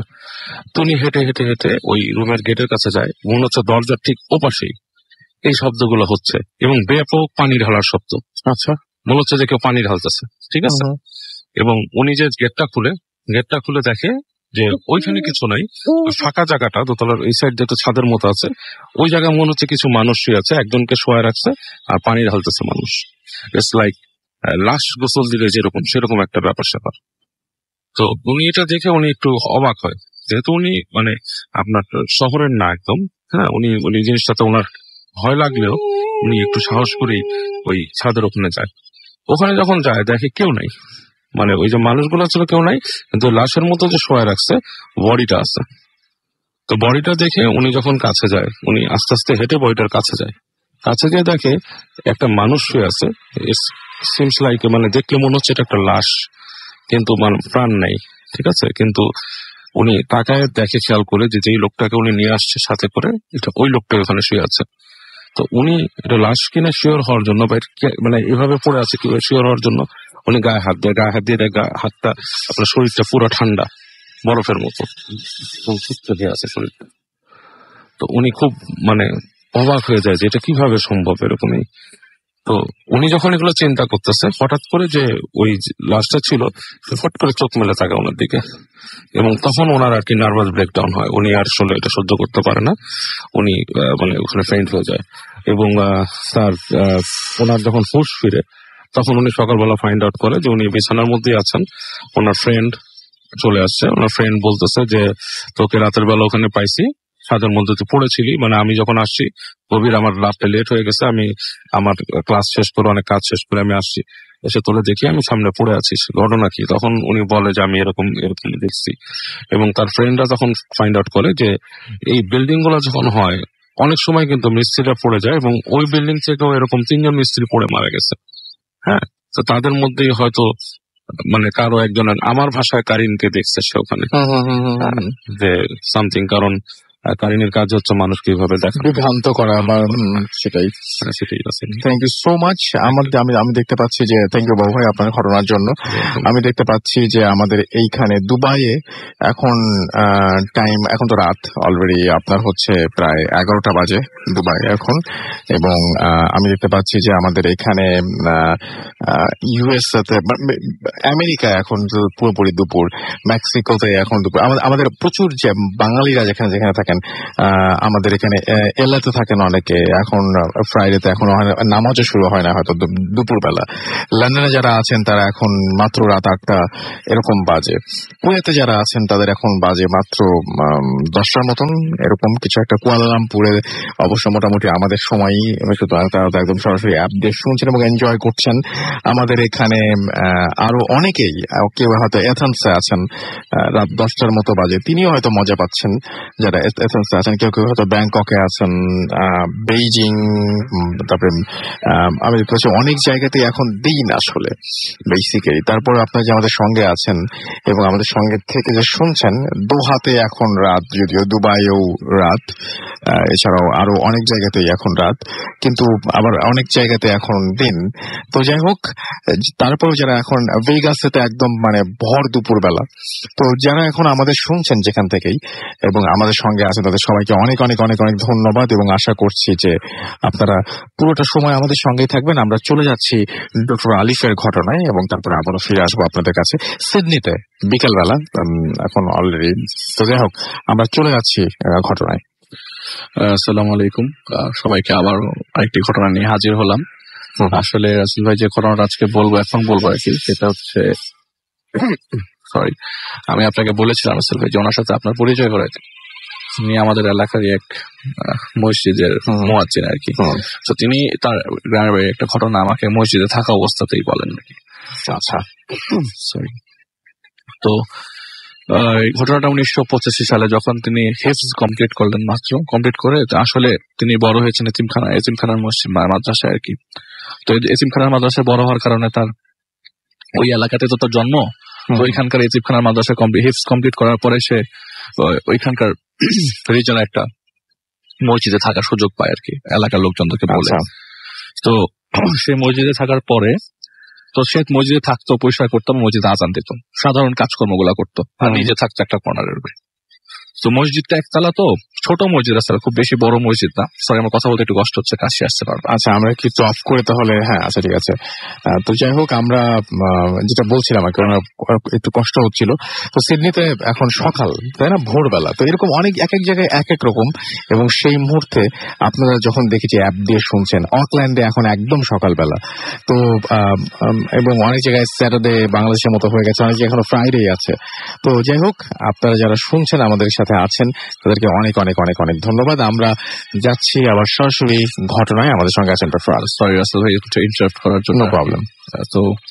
তো সেই ওই মসজিদটা পরিষ্কার করতো, মসজিদের আশেপাশে ঝাড়ু দিত, আর এলাকার খুব আহামরি অনেক মানুষও থাকতো না। ওই এলাকার খুব বেশি মানে এক রাতেরও নামাজ হতো না, ঈশার নামাজের ওয়াক্তে, তো খুব অল্প মানুষজন আসতো। তো এই এলাকার মসজিদের ভেতরে মুয়াজ্জিন আর মানে উনি আজান দিত, ইমাম যে নামাজ পড়তো মোস্ট অফ দ্য টাইম, সে ওই এলাকার হওয়ার কারণে তার নিজের বাড়িতে থাকতো। তো মসজিদে বলতে গেলে সে একাই থাকতো, আর একটা বাচ্চা ছেলে ছিল তার সাথে থাকতো আর কি।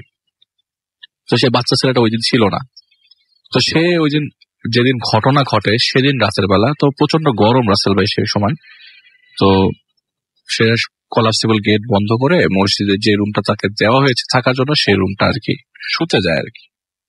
তো ঘুমানোর এক পর্যায়ে সে শুয়ে পড়ে, এমন সময় তাদের মেইন যে গেটটা আছে, সেই মেইন গেটটা দিয়ে মেইন গেটটা কে জানি বাড়ি দিচ্ছে আর কি বারবার। তো প্রথমে বোঝা যাচ্ছিল না কে বাড়ি দিচ্ছে। তো উনি টর্চ নিয়ে ঘর দরজা খুলে ওই গেটের কাছে যেতে দেখে যে একটা মহিলা খুব হাঁপাচ্ছে এবং চিৎকার করে কান্না করছে। জিনিসটা তার কাছে একটু অকওয়ার্ড লাগে যে এত রাতে, রাত তখন গভীর, উনি এক্সাক্ট টাইমটা উনি আমাকে সঠিকভাবে বলতে পারেন নাই, তারপর উনি বলছেন যে 11টার পরে তো অবশ্যই। তো এত গভীর রাত ওই জায়গায়, রাসেল ভাই ঘটনাটা ফেনীর, তো অনেক আগের ঘটনা। তো ওই মুহূর্তে যে জায়গার ঘটনা তিনি বলছেন, সেই জায়গায় তিনি কারেন্ট ছিল না, ইলেকট্রিসিটি ছিল। তো টর্চ নিয়ে উনি মহিলাকেই দেখতে পারেন, খুব কান্না করছিল। তো ওই গেটের কাছে যেতেই বলে, কি সমস্যা, এত রাতে আপনি নক করেছেন কেন? তো বললো যে আমার হাজবেন্ড তো অনেকক্ষণ ধরে কথা বলছে না, আর মানে আমার স্বামী অনেকক্ষণ ধরে কথা বলছে না, নিথর অবস্থায় পড়ে আছে, নিঃশ্বাসও নিচ্ছে না, কাউকে কাছেও পাচ্ছি না, আপনি একটু আমার সাথে আমার বাড়িতে চলেন। আচ্ছা, তো উনি কি বললো যে এত রাতে, তো উনি আসলে কোনো কিছু বলার চান্স পেল না, কারণ একটা মহিলা এরকম ভাবে হেল্পলেস অবস্থায় এসছে। তো তিনি বলেন যে আচ্ছা ঠিক আছে, উনি চলেন যাই। তো উনি ওনার ঘর থেকে একটা পাঞ্জাবি পরে উজু করে আবার বের হন মসজিদ থেকে আর কি। তো বের হয়ে মহিলার সাথে হেঁটে হেঁটে যাচ্ছে। তো ওনার কাছে মনে হচ্ছে যে নিথর দেহ হয়তো বা মারা যেতে পারে।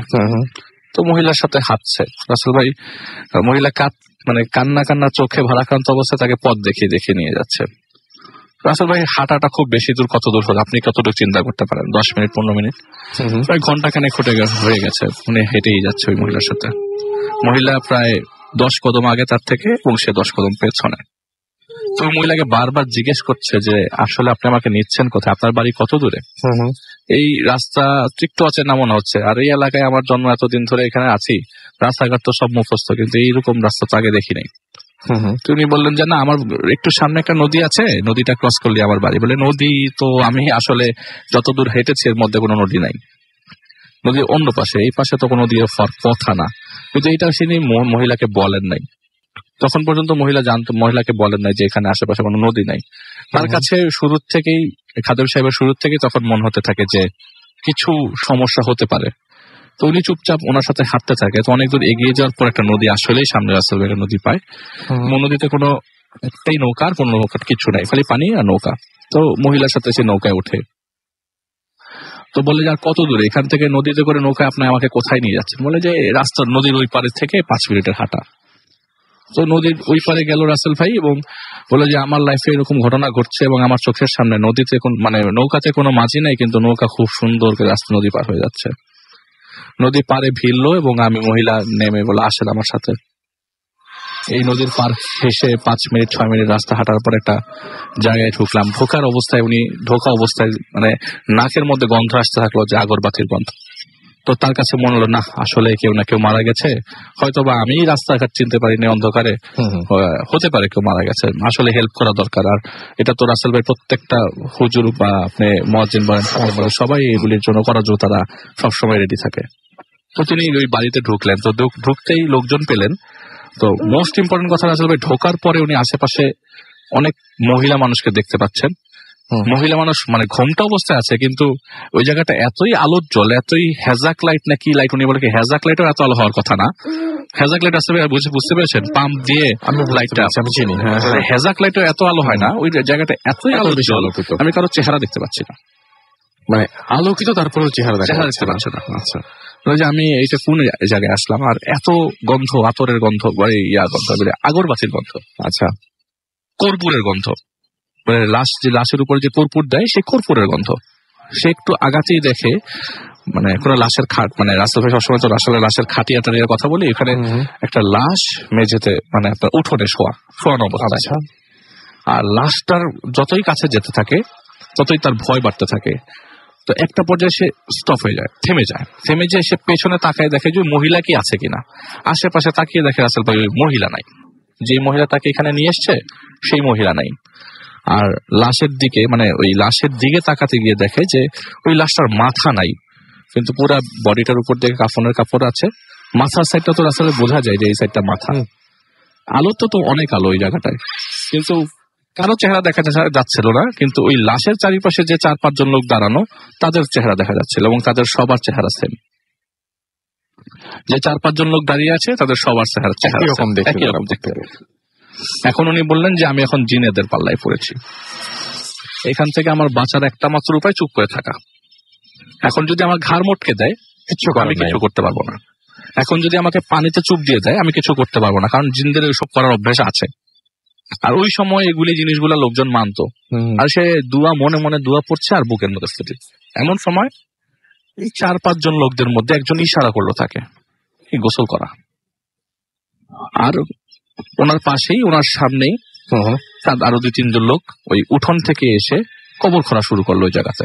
লাশটার ঠিক পাশে কবর খোঁড়া হয়ে গেল এবং কবরটা নর্মাল যে হাইট আছে 3.5 হাত, তার থেকে অনেক বড়, তার থেকে আরেকটু বড়, অনেক বেশ বড় কবর। কোনো বাঁশের চাটাই কিচ্ছু না। দেখলাম কবরটা হলো, আমাকে গোসল করাতে বললো। তারা লাশটাকে আলাদা করে উঠাই নিয়ে গেল একটা রুমের ভিতরে, যে একটা ঘরের ভিতরে নিল এবং সেই চারিপাশ দিয়ে দেখলাম যে শাড়ি টাইপের কাপড় টাপড় দেওয়া আছে। আমি লাশটাকে গোসল করালাম যেই ওয়েতে আমরা মুসলিমরা যে আমাদের মুদ্রাদের গোসল করাই। আচ্ছা, কিন্তু ওই লাশকে গোসল করানোর সময় সে যেটা লক্ষ্য করলো না, লাশটার পাটা পচে গেছে এবং পা থেকে অনেক পোকা বেরোচ্ছে ওই সময়। আচ্ছা, তো উনি পোকাগুলা পরিষ্কার করার চেষ্টা করলো, পোকাগুলা নড়ছে তার সামনে। আর সে তো রাসেল ভাই মনে করেন ওনার মতো লোক সাহসী মানুষ দেখে টিকেছিল, আমার মতো লোক হলে ওই জায়গায় পড়ে যেতাম। এমন হয়তো পারো নাও বেঁচে থাকতে পারতাম, আমার মতো আমি এত ভয় পেয়ে যেতাম আমি দেখার পর। তো সে পোকাগুলো পরিষ্কার করছে এবং গন্ধ আসছে। তো সে তাড়াতাড়ি গোসল করানোর পরে লাশটা পেঁচিয়ে ফেলার পর লোকজন আসে এবং ওরা অটোমেটিক বুঝে যাচ্ছে যে ভেতরে গোসল করানো হয়েছে। উনি কাউকে কিছু বলেন, উনি ওনার মতো চুপ করেছিল, বলে দেখছে, অবজার্ভ করছে। লাশটা কোনো জানাজা হলো না, ডিরেক্ট কবরের ভিতরে নামিয়ে দিল। নামানোর পরে তাকে বললো এই মাটিগুলা ঢেলে দে, ইশারাতে বললো মাটিগুলা ঢেলে দে। তারা মাটির সেচে অনেক কষ্টে কয়েক টুক চেষ্টা করে সমান করতে পেরেছে। এবং কবরের শেপ করা তো যাবে না, যতটুকু মাটি ওই উঠানো ছিল ওগুলি নামিয়ে দিয়েছে। কোনো বাঁশের চাটাটা কিচ্ছু না, মাটি নামিয়ে দিয়ে সে একদম অজ্ঞান হয়ে পড়ে গেছে। এরপর তার কিছু মনে নেই রাস্তার। আচ্ছা, উনি যখন ঘুম ভাঙে তখন এক কৃষক তাকে ঘুম ভাঙায়। আচ্ছা, ঘুম ভাঙায় তার মানে তার জগের থেকে মানে পানি নিয়ে জগটা সে ঘুম থেকে ওঠার পর জগ দেখে, তো সে একটা ফাঁকা মাঠে একদম ক্ষেতের মাঝখানে শুয়েছিল। বলে আপনি এই জায়গায় শুয়ে আছেন কেন, কোথা থেকে এসছেন? বলে আমার বাড়ি তো এই জায়গায়। বলে এটা তো এখান থেকে 20 মাইল দূরে। 20 মাইল? 20 মাইল দূরে। আচ্ছা, আমার বাড়ি তো এই জায়গায়। বলে আমি এটা তো 20 মাইল দূরে। তো উনি বাড়িতে চলে আসে রাসেল ভাই, এরপরে আর ওইখানে থাকে না। ওই মহিলা যদি আবার এসে ডিস্টার্ব করে তো সে ঢাকায় চলে আসে, ঢাকায় না, এরপরে সে ফেনী থেকে এসে চলে আসে নারায়ণগঞ্জে। তো পরে সে ঢাকায় আসে, এখন সে আমাদের এলাকায় আছে আর কি। আমি আপনাকে বলেছি তার সাথে আপনার পরিচয় করিয়ে দিব। মজার বিষয় রাসেল ভাই, তার এইটাই একটা ঘটনা না, আরো ঘটনা আছে, তিনি আমার সাথে এখনো শেয়ার করেন, আমরা শুনতে চাই সেগুলো। এবং তার সাথে ঘটা এসব ঘটনাগুলো তাকে হুজুরই বলেছে তার সাথে ঘটবে, হুজুরই বলেছে তার সাথে এসব ঘটনা ঘটবে। তো বলেছে যে আমি সময় পেলে আবার এসে সেই ঘটনাগুলো বলে যাবো ইনশাআল্লাহ। এইটুক বলেছে রাসেল ভাই, এসে শেয়ার করলাম। Thank you so much Alif, and আপনাকে অনেক ধন্যবাদ আপনার ঘটনার জন্য। আশা করছি পরবর্তীতে আপনার কাছ থেকে আরো ঘটনা শুনবো। আমরা একটা ছোট্ট বিরতিতে যাবো এবং বিরতির পরে আবারও ফিরে আসবো। আশা করছি সেই পর্যন্ত আপনারা সবাই আমাদের সঙ্গে থাকবেন। স্টে টিউন টু রেডিও ফুর্তি এন্ড ডোন্ট স্টপ ফুর্তি। Bhoot FM. The night comes alive with Gramophone.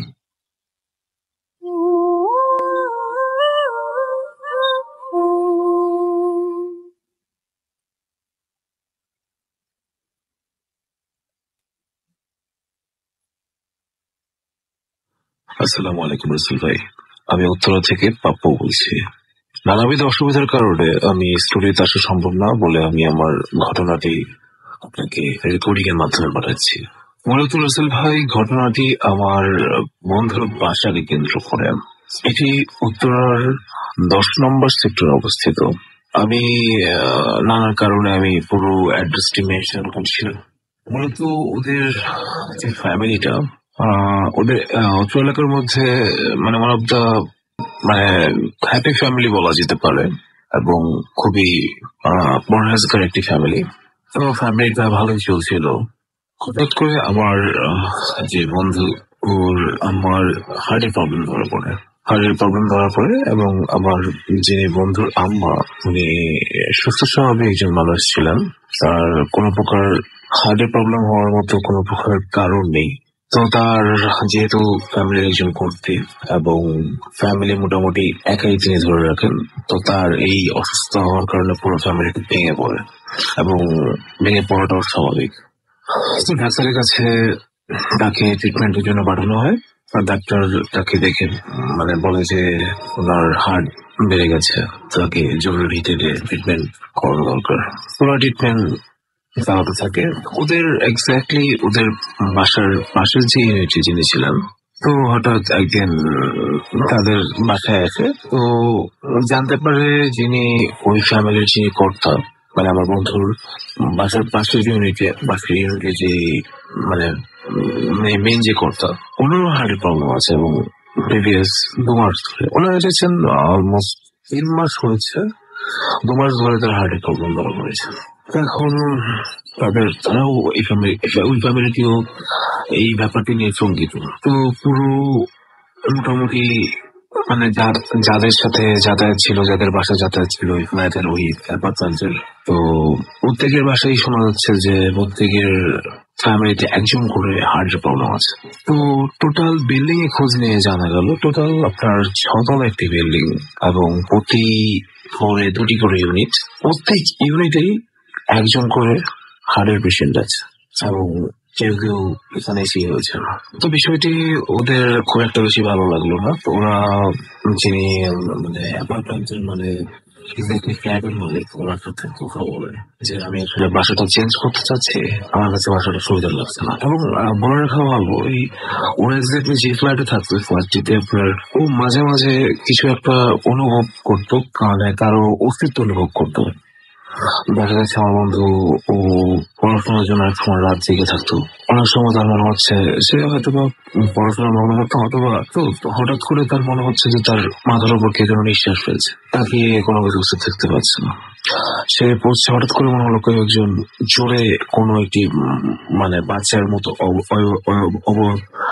দৌড়ে যাচ্ছে। তো বিষয়টি সে ইগনোর করে ফেলে এবং মোটামুটি ফ্যামিলির বড় একজন মেম্বার, ও বাসায় ছোট জুনিয়র যারা ছিল তারা শুনলে ভয় পাবে এই ভেবে ব্যাপারটি ওইভাবে কারোর সাথে শেয়ার করে না। তো মূল যে ঘটনাটা সেটা হচ্ছে ফ্ল্যাটের যে মালিক তাকে জানায় দেয় যে আমি আসলে ফ্ল্যাটটা ছেড়ে দেবো, আমার ফ্যামিলিতে কিছু ভালো ঠেকছে না, ফ্যামিলিতে সবকিছু এই ফ্ল্যাট ওঠার পর থেকে সবকিছু উঠে যাচ্ছে, ব্যবসা আছে, ব্যবসার লোকসান হচ্ছে, চাকরি করছে, চাকরির নানান রকম ডিভোশন হচ্ছে। তো যিনি ফ্ল্যাটের মালিক তিনিও মনে হতে চাইছে আপনি ছেড়ে যেতে পারেন, আপনার ছেড়ে যাওয়াটাই ভালো, কারণ মূলত এই প্রবলেমটা শুধু আপনার না, এই বাড়ির প্রত্যেকের না, এই প্রবলেমটা আমি নিজেও অনুভব করছি এবং নিজেও এই প্রবলেমটা আমি সাফার করছি। মানে যিনি ফ্ল্যাটের মালিক ছিল উনি মূলত মহিলা, উনি 14 বছর যাবত হার্টের প্রবলেম এবং ওনার হচ্ছে হাজবেন্ড, তার প্রতি কিছুদিন পর পরই তার ডায়ালিসিস করানো লাগে, কিডনির প্রবলেম। তো উনি বললো যে আমি প্রবলেমে ভুগছি, এর কারণ আপনাকে বলা যাবে না, আপনি যদি মনে করেন আপনি ছেড়ে দেবেন ছেড়ে দিতে পারেন বাসা। তো বাসা ছেড়ে দেওয়ার চিন্তা ভাবনা করলো। তো ছেড়ে দেওয়ার আগ মুহূর্তে উনি মানে সিকিউরিটি যিনি ছিলেন বাসার, ওনার সাথে বিষয়টি আলাপ করলেন যে চাচা আমি তো চলে যাবো, সমস্যা নেই, বাসায় কি প্রবলেম আছে আমার একটু বলেন না, আমার জানতে ইচ্ছে করছে। তো সিকিউরিটিতে উনি কিছুতেই বলছে না এবং বলার কোনো আগ্রহ দেখাচ্ছে না। তো উনি বললেন মা বলেন, আগে বলতে পারেন, সমস্যা নেই, আমি কাউকে বলবো না, আপনার ব্যাপারটা আমার নিজের মধ্যে। ও সিকিউরিটি যখন বললো যে বাসাটা মূলত যেই আছে প্রত্যেকে এই প্রবলেমটি ধরা পড়ে এবং প্রত্যেকের হার্টে প্রবলেম হবে, অন্তত পক্ষে ফ্যামিলির একজন মেম্বারের এই প্রবলেম হবে। এর কারণটি হচ্ছে অ্যাকচুয়ালি যেই জায়গাটির মধ্যে মূলত বাড়িটি তৈরি করা, আজ থেকে প্রায় যুদ্ধের পূর্ববর্তী সময়ের কথা বলছি, ওই সময়টায় এই জায়গাটার মধ্যে শ্মশান ছিল, লোকমুখে শোনা যায় শ্মশান ছিল। এবং এই প্রবলেমটা হওয়ার কারণ একটি হতে পারে, সেটি হচ্ছে হয়তোবা এই বিল্ডিংটি যখন করা হয় হয়তোবা ল্যান্ড মালিক জানতো কি জানতো না, এটা হয়তোবা বলাদস্ফুর, মেবি নানান রকম, যেহেতু শ্মশান ছিল, নানান রকম রিচুয়াল করেই এই জায়গায় বিল্ডিংটা করা উচিত ছিল, সম্ভবত ওই রিচুয়ালটি করা হয়নি, তাই এই প্রবলেমটি হয়ে যাচ্ছে এবং স্টিল এই প্রবলেমটি কন্টিনিউ আছে বিল্ডিংটাতে। এবং আমার ফ্রেন্ড আমি বাসা ছেড়ে দেবে। তো রাসেল ভাই, এই ছিল আমার ঘটনা, ভালো থাকবেন, থ্যাংক ইউ। Bhoot FM.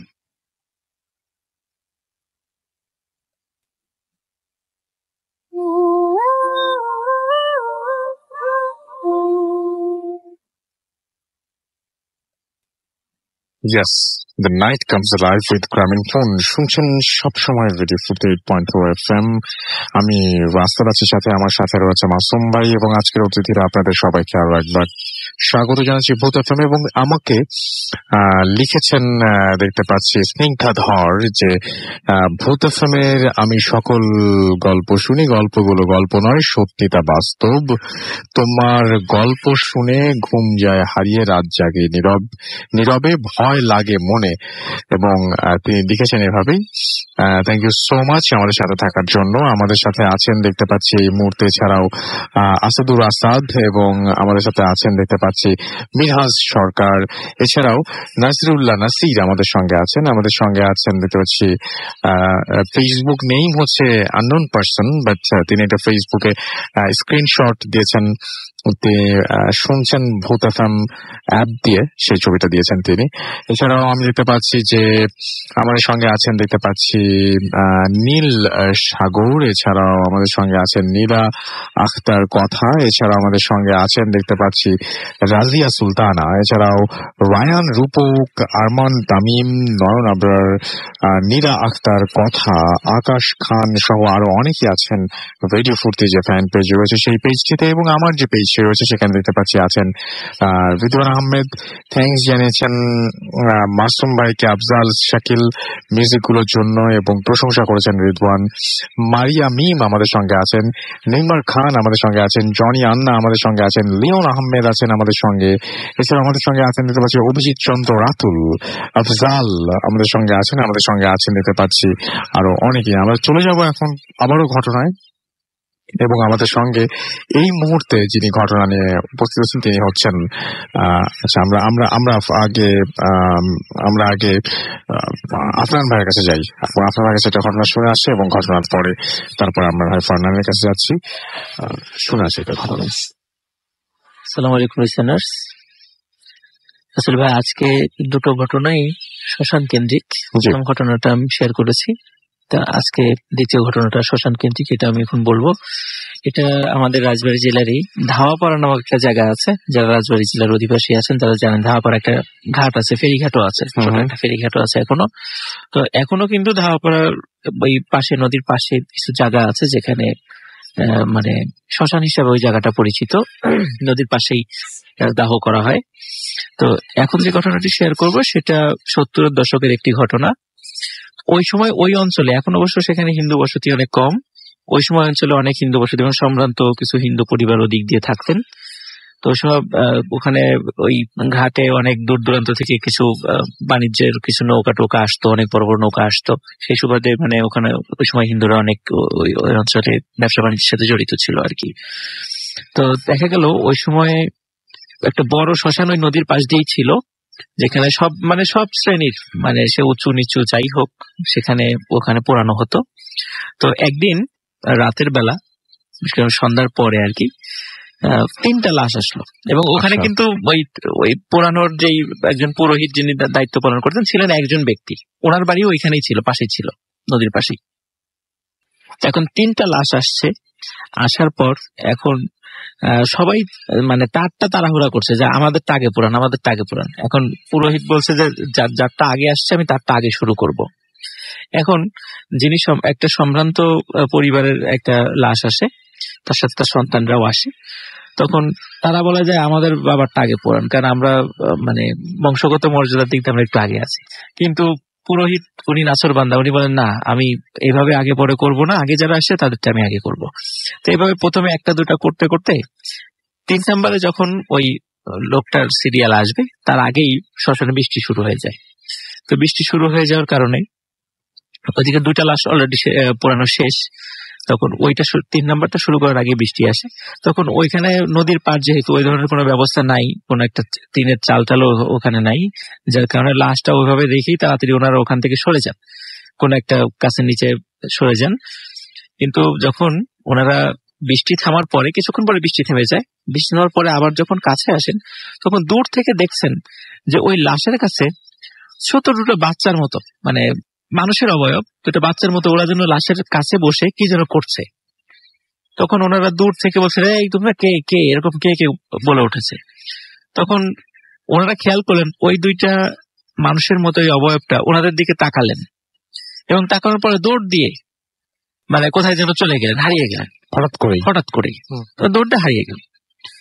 তো ওনারা যখন কাছে গেল লাশের কাছে, তখন দেখলো একটা মানে বিভৎস অবস্থা।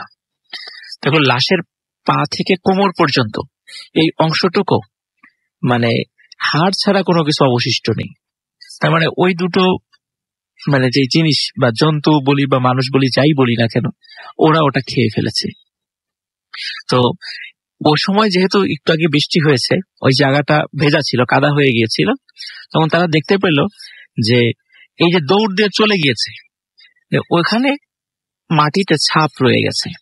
কিন্তু ছাপ দুটো তারা খেয়াল মনে করেছিল যে একটা ছোট দুটো বাচ্চা, তো বাচ্চাদের পায়ের ছাপ যেরকম হওয়ার কথা ছিল আসলে কিন্তু ওরকমটা ছিল না। পা মানে পায়ের ছাপটা ছিল, যারা দেখেছে আর কি, অনেক বড় ছিল এবং পায়ের ছাপটা ছিল গোলাকৃতির। মানুষের পা আসলে কিন্তু গোলাকৃতির হয় না, ওই দুটো প্রাণীর মানে পায়ের ছাপ দুটো ছিল গোলাকৃতি। তো যাই হোক, পুরোহিতকে ওই লোকটা, যে লোকটা মারা গিয়েছিলেন এবং যার সাথে এই ধরনের ঘটনা ঘটছে, তার সন্তানেরা খুব দোষারোপ শুরু করলেন যে পুরোহিতকে বলেন আপনি যদি আমার বাবার কাজটা আগে শুরু করতেন তাহলে আজকে তার লাশের সাথে এই ধরনের ঘটনা ঘটতো না। তারপরে যেহেতু বৃষ্টি এসেছে তো খড়ি টড়িও ভিজে গেছে, তাহলে আমরা একটা কাজ করি, লাশটা আমরা মানে দাফন করে দিই। তখন মানে ছেলেরা যখন এই প্রস্তাব দিল, পুরোহিত গুলো আচ্ছা ঠিক আছে আমরা দাফন করে দিই। তাদের ধর্মীয় রিচুয়াল অনুযায়ী লাশটা দাফন করে যে যার বাড়িতে চলে আসে। তো ওই লোকটা 3টা সন্তান ছিল, যে লোকটা মারা গেছেন আর কি। 3টা সন্তান ছিল।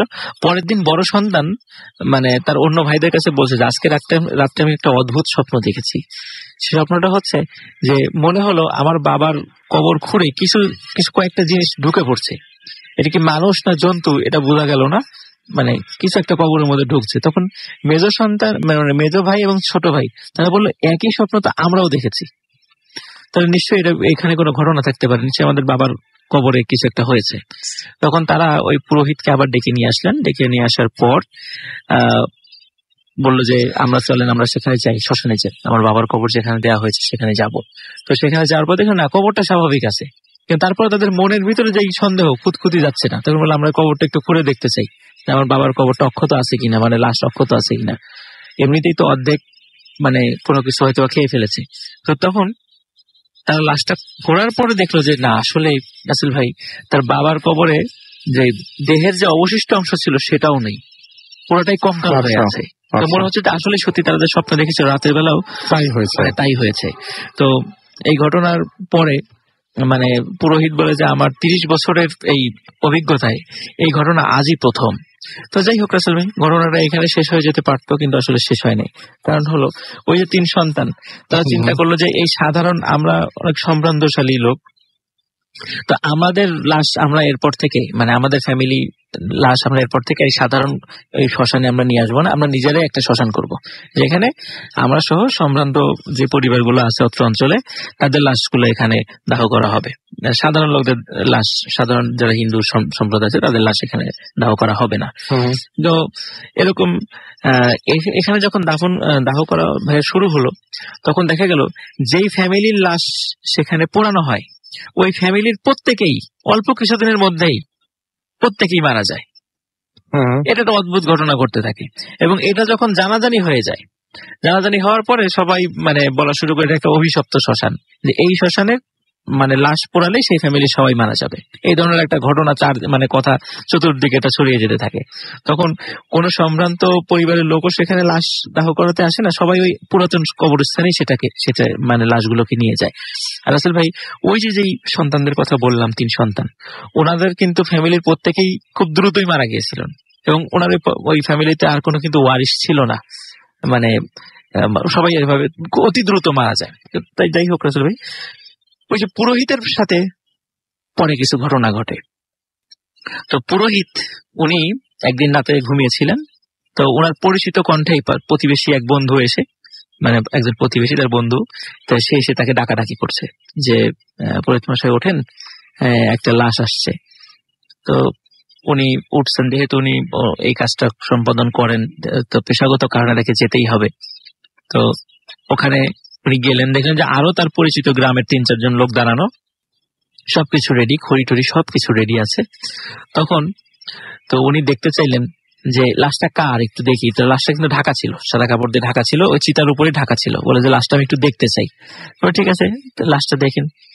তো রাসেল ভাই যখন লাশের মুখের উপর থেকে ওই কাপড়টা সরানো হলো তখন পুরোহিত দেখলেন যে যেই লাশটা ওখানে মানে রাখা হয়েছে সেটা আর কারো লাশ না, ওই পুরোহিতের নিজেরই লাশ সেটা। এই দৃশ্য দেখে পুরোহিত সাহেব সেখানে সেন্সলেস হয়ে পড়ে যান। পরবর্তী তার যখন জ্ঞান ফেরার পরে সবাই জিজ্ঞেস করে কি ঘটেছিল সেখানে। তো পুরোহিত সাহেব সেই ঘটনাটি মানে সবাইকে ঘটনাটা বলেন যে আমার সাথে আমি এরকম দেখেছি। তো রাসেল ভাই মানে মজার বিষয় হলো ধাওয়াপাড়া ঘাটের কাছে সেই শ্মশানটা কিন্তু এখনো আছে। এবং আরো মানে মজার বিষয় এই যে ছোট্ট দুটো মানে জন্তুর কথা আমি বলেছি যে মানুষ নাকি আমরা জানি না, কারণ এটা কিন্তু এর অবয়ব পরিষ্কার ভাবে আজ পর্যন্ত দেখা যায়নি। এটা কিন্তু স্টিল নাও এখনো পর্যন্ত দেখা যায়। ওখানে যারা আছেন তারা অনেকেই এটা দেখেছেন। এখনো যারা রাতের বেলা ওদিক দিয়ে হেঁটে যান অনেক সময় তারা দেখেন যে এরকম ছোটাছুটি করছে। তো এই ছিল রাসেল ভাই। Thank you so much. যেহেতু আমাদের সময় কম, আমরা সরাসরি চলে যাব ফান্নানের ঘটনায়। এবং ফান্নানের পরে আরো একজন অতিথি আছেন যে চিটাগং থেকে এসছেন এবং তারও একটা ঘটনা রয়েছে, সেই ঘটনাটা আমরা শুনবো। এবং তাকে আমরা এর আগেও ইনভাইট করতে চেয়েছিলাম, সম্ভব হয়নি, তিনি আছেন এবং সুতরাং আমাদের সাথে থাকতে হবে আপনাদের পুরো সময়। আচ্ছা ভাই, আমি আমার সেকেন্ড ঘটনায় চলে যাচ্ছি। আমার সেকেন্ড ঘটনাটা আমাকে শেয়ার করে আমার এক ফ্রেন্ড, ওর নাম হচ্ছে সুরমি। উনি সিরাজগঞ্জে থাকে। আচ্ছা। তো ওদের যে প্যারেন্টস, ওনারা গভর্নমেন্ট জব করার কারণে যেটা হয় যে এক একটা জায়গায় বারবার মুভ করতে হয়। তো সেই ক্ষেত্রে সিরাজগঞ্জের একটা সদর থেকে একটু ভিতরে দিয়ে তাদের মানে থাকার প্রয়োজন পড়ে, এবং তারা ওখানে একটা খুব কনভেনিয়েন্ট একটা প্লেসে আর একটা বাড়ি খুঁজে পায় এবং সেটাতে ভাড়া ওঠে তারা। তো ওই বাসাটা মানে মেইন সদর যেটা মানে একটু লোকালয় থেকে একটু ভেতরের দিকে ছিল, এবং আশেপাশের ম্যাক্সিমাম জায়গাতেই পুরা গ্রামের মতো ছিল। তো ওই বাসাটা সম্পর্কে একটু আমি বলবো। বাসাটা ছিল দোতলা একটা বিল্ডিং এবং অনেক পুরনো হিন্দু জমিদারদের মালিকানায় বাসাটা একসময় ছিল। পরে সেটা কোন একজন মুসলিম কিনে নেয় এবং সেটা এখন বর্তমানে তারাই মালিক। তো তারা বাসার দ্বিতীয় তলায় এবং ওদেরকে ভাড়া দেয়। এবং বাসার একটু বর্ণনা দিব যে সম্পূর্ণ মেন রোড থেকে একদম ভেতরের দিকে গ্রামের পাশেই ছোট্ট একটা রাস্তা ধরে, লম্বা একটা সরু রাস্তা ধরে বাসার মেইন গেটে ঢুকতে হয়। এবং ঢোকার সাথে সাথেই বাসার সামনেই অনেক পুরনো একটা বট গাছ।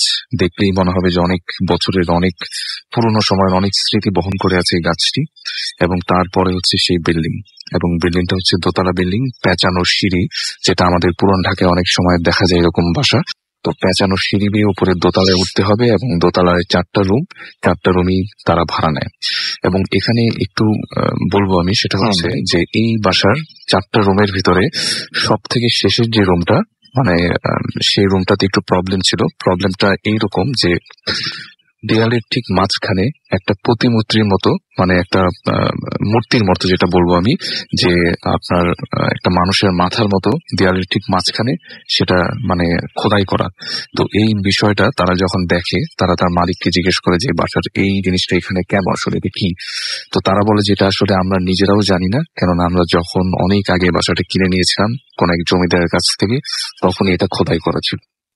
তো এরপরে তার আর কিছু বলে না, তারা জাস্ট একটাই প্রিকশন দেয় এই বাসায় থাকার আগে, যে এই বাসায় যারা এর আগে ফ্যামিলি ছিল, তাদের যে সব থেকে ছোট যে ছেলেটা ছিল, সেই ছেলেটা এই বট গাছে দড়ি দিয়ে সুইসাইড করেছিল। এই একটা প্রিকশন তাদেরকে বাসায় ওঠার আগে তারা দেয়। তো তারপর তারা এটা জানার পরেও, এই জিনিসগুলো দেখার পরেও বাসায় ফুল ফ্যামিলি নিয়ে উঠে, এবং মোটামুটি খুব ভালোভাবেই তাদের সময় কাটছিল। আর তাদের বাসায় ছিল এক বুড়ো মহিলা ছিল, উনি মোটামুটি বাসার দেখাশোনা করতেন। তো উনি যেটা হতো যে সবসময় রাতের দিকে ওনাকে টয়লেটে যাওয়ার প্রয়োজন পড়তো, এবং টয়লেটটা ছিল সেই পেঁচানোর সিঁড়ি বেয়ে বড় একটা উঠান পার হয়ে, এবং সেই শেষে মানে একতলার একদম বাসার শেষ পেছনের দিকে একটা বাথরুম। তো অনেকগুলো পথ তাকে অতিক্রম করে এই টয়লেটের জন্য যেতে হতো। এবং উনি মোটামুটি ডায়াবেটিসের রোগী ছিলেন, যেটা হতো যে প্রত্যেক রাতেই তাকে মানে সেখানে বাথরুমে যাওয়ার প্রয়োজন পড়তো। তো এক রাতে সে এরকম ওই রুমটা থেকে বের হয়ে দোতলার সিঁড়িগুলো ক্রস করে সে টয়লেটে যায়, এবং টয়লেট থেকে যখন সে ফিরে আসে তখন উনি যেটা দেখেন যে ওনাদের যে বারান্দাটা ছিল এবং বারান্দার পাশে বট গাছের শাখা প্রশাখা এমন ভাবে ছিল, মনে হচ্ছে যে বারান্দা থেকে বট গাছে মানে উঠে পড়া যাবে এরকম একটা অবস্থা। তো উনি যেটা দেখলেন যে বারান্দা থেকে ঠিক কালো একটা ছায়ার মতো কি যেন একটা জিনিস সেই বট গাছের উপর উঠে গেল। এবং এটা দেখার পরে সে মানে নিজেই চিন্তা করলো যে এটাকে আমি ঠিক দেখলাম নাকি কোনো একটা ভুল কিছু দেখলাম। তো এটা দেখলো সে, দেখার পরে সে মানে বাসার সবাইকে বলল, এবং বাসার অনেক মানুষই এটা নিয়ে তেমন কিছু বলেনি। তারা মনে করেছে যে উনি বৃদ্ধ মানুষ, হয়তো ভুল দেখে ফেলতে পারে। তো এরকম ভাবে আবারও এক রাতে সে এরকম টয়লেট শেষ করে যখন রুমের দিকে ফিরছিল, তখন যেটা হলো যে ওই বারান্দা দিয়ে যখন সে ক্রস করছিল, এবং তার কাছে মনে হচ্ছিল যে তার পায়ে কোনো একটা কিছু মানে আটকে ধরছে থাকে, এরকম কিছু একটা। আচ্ছা। তো উনি যেটা দেখলেন যে মনে হচ্ছিল যে বট গাছের ওখান থেকে অনেক বড় চুলের একটা গোছা তার পাটাকে টেনে নিয়ে একদম বারান্দা ক্রস করে বট গাছে নিয়ে যাবে, এরকম একটা অবস্থা। তো উনি বেশ ভয় পেয়ে যায়, এবং বারান্দার বড় কার্নিস থাকার কারণে, মানে রেলিং থাকার কারণে যেটা হয় যে মানে ওনাকে হাজার টেনে নেওয়ার চেষ্টার পরেও সেটা নিতে পারে, সম্ভব হয়নি। তো ওনার যেটা হয় যে ওই বারান্দার রেলিং এর মাঝখানে মাথা লেগে মাথা ফেটে যায়, এবং অনেক জোরে সে চিৎকার করে ওঠে, এবং বাসার সব মানুষ তাকে সেখান থেকে নিয়ে যায়। এবং তারপর উনি যেটা বলে যে আমি এই বাসায় থাকবো না, এই বাসায় অনেক সমস্যা আছে, এই বটগাছে কোনো একটা খারাপ কিছু আছে যেটা সব সময় তাকে মানে ডিস্টার্ব করা শুরু করে, এবং উনি বললো যে আমি এই বাসায় আর কাজ করব না। তো উনি ওই বাসা থেকে কাজ আর না করে উনি বিদায় নিলেন। এবং এরপরে আসলে মেইন ঘটনাটা শুরু হলো। যে মেইন ঘটনাটা সেটা হচ্ছে আমাকে যে ঘটনাটা শেয়ার করেছেন ওর সাথেই ঘটা শুরু হলো।